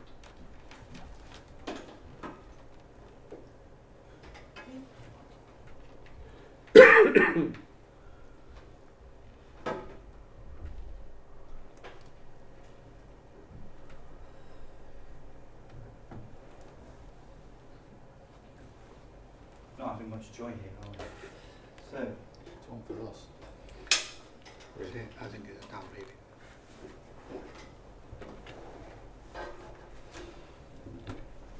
Somebody will need to read that out to me. Okay, so can you explain the stop-go recruitment sackings? They can. Yeah. Right, okay. So there haven't been any sackings of personnel in our force control room. However, what we have looked to do is to, with the Transform programme, we have undertaken a period of change in relation to shift patterns, in relation to ways of working within the force control room. We're in the process of upgrading our technology within there, and some individuals within the control room have taken an opportunity to use that to move on as a change of career. Some have taken the opportunity to join as police officers, going through recruitment, and the number that have chosen to do that have exceeded the number of posts that we've got after we've done through the Transport programme. So therefore we've had to engage in a recruitment programme alongside those individuals that have chosen to leave us at the same time. So can I, because we have had a few questions about this. So I think there is clearly I think this reflects the perception that that there was a period of change, that people left. As I say, there have been no sackings, but people left under various different ways of leaving, and that we've had to replace the people that have already left, if you see what I mean. So it's trying to sort of unpick that, and also I suppose to put in perspective the objective of the transformation programme around efficiency and effectiveness of that function as well. Yes, yeah. So it's making the force control room more efficient and effective, modernising some of the technologies in there, changes in that, alongside individuals choosing that point in time to move on to different careers. Police officer recruitment, that being a natural pool for us to do recruitment from. And again, because we were going through Transform 2020 programme of change, so there was a legal requirement for us to pause recruitment at that point in time, because actually we were in consultation period with the wider organisation and therefore couldn't recruit into the force control at that time. So a culmination of all of that has meant that we now have to restart a recruitment programme now that the consultation period is finished. Okay, so I think, thank you, Phil. What I think will be really helpful, because I think this will come up at the panel meeting on Thursday as well, is if we could just document that and send that to Gwen, send a response to Gwen, and also have it ready for Thursday, if that would be all right. Yeah. Yeah, okay, thank you. And that was it. Thank you. Okay, anybody got any other business? No? Nope. Thank you very much.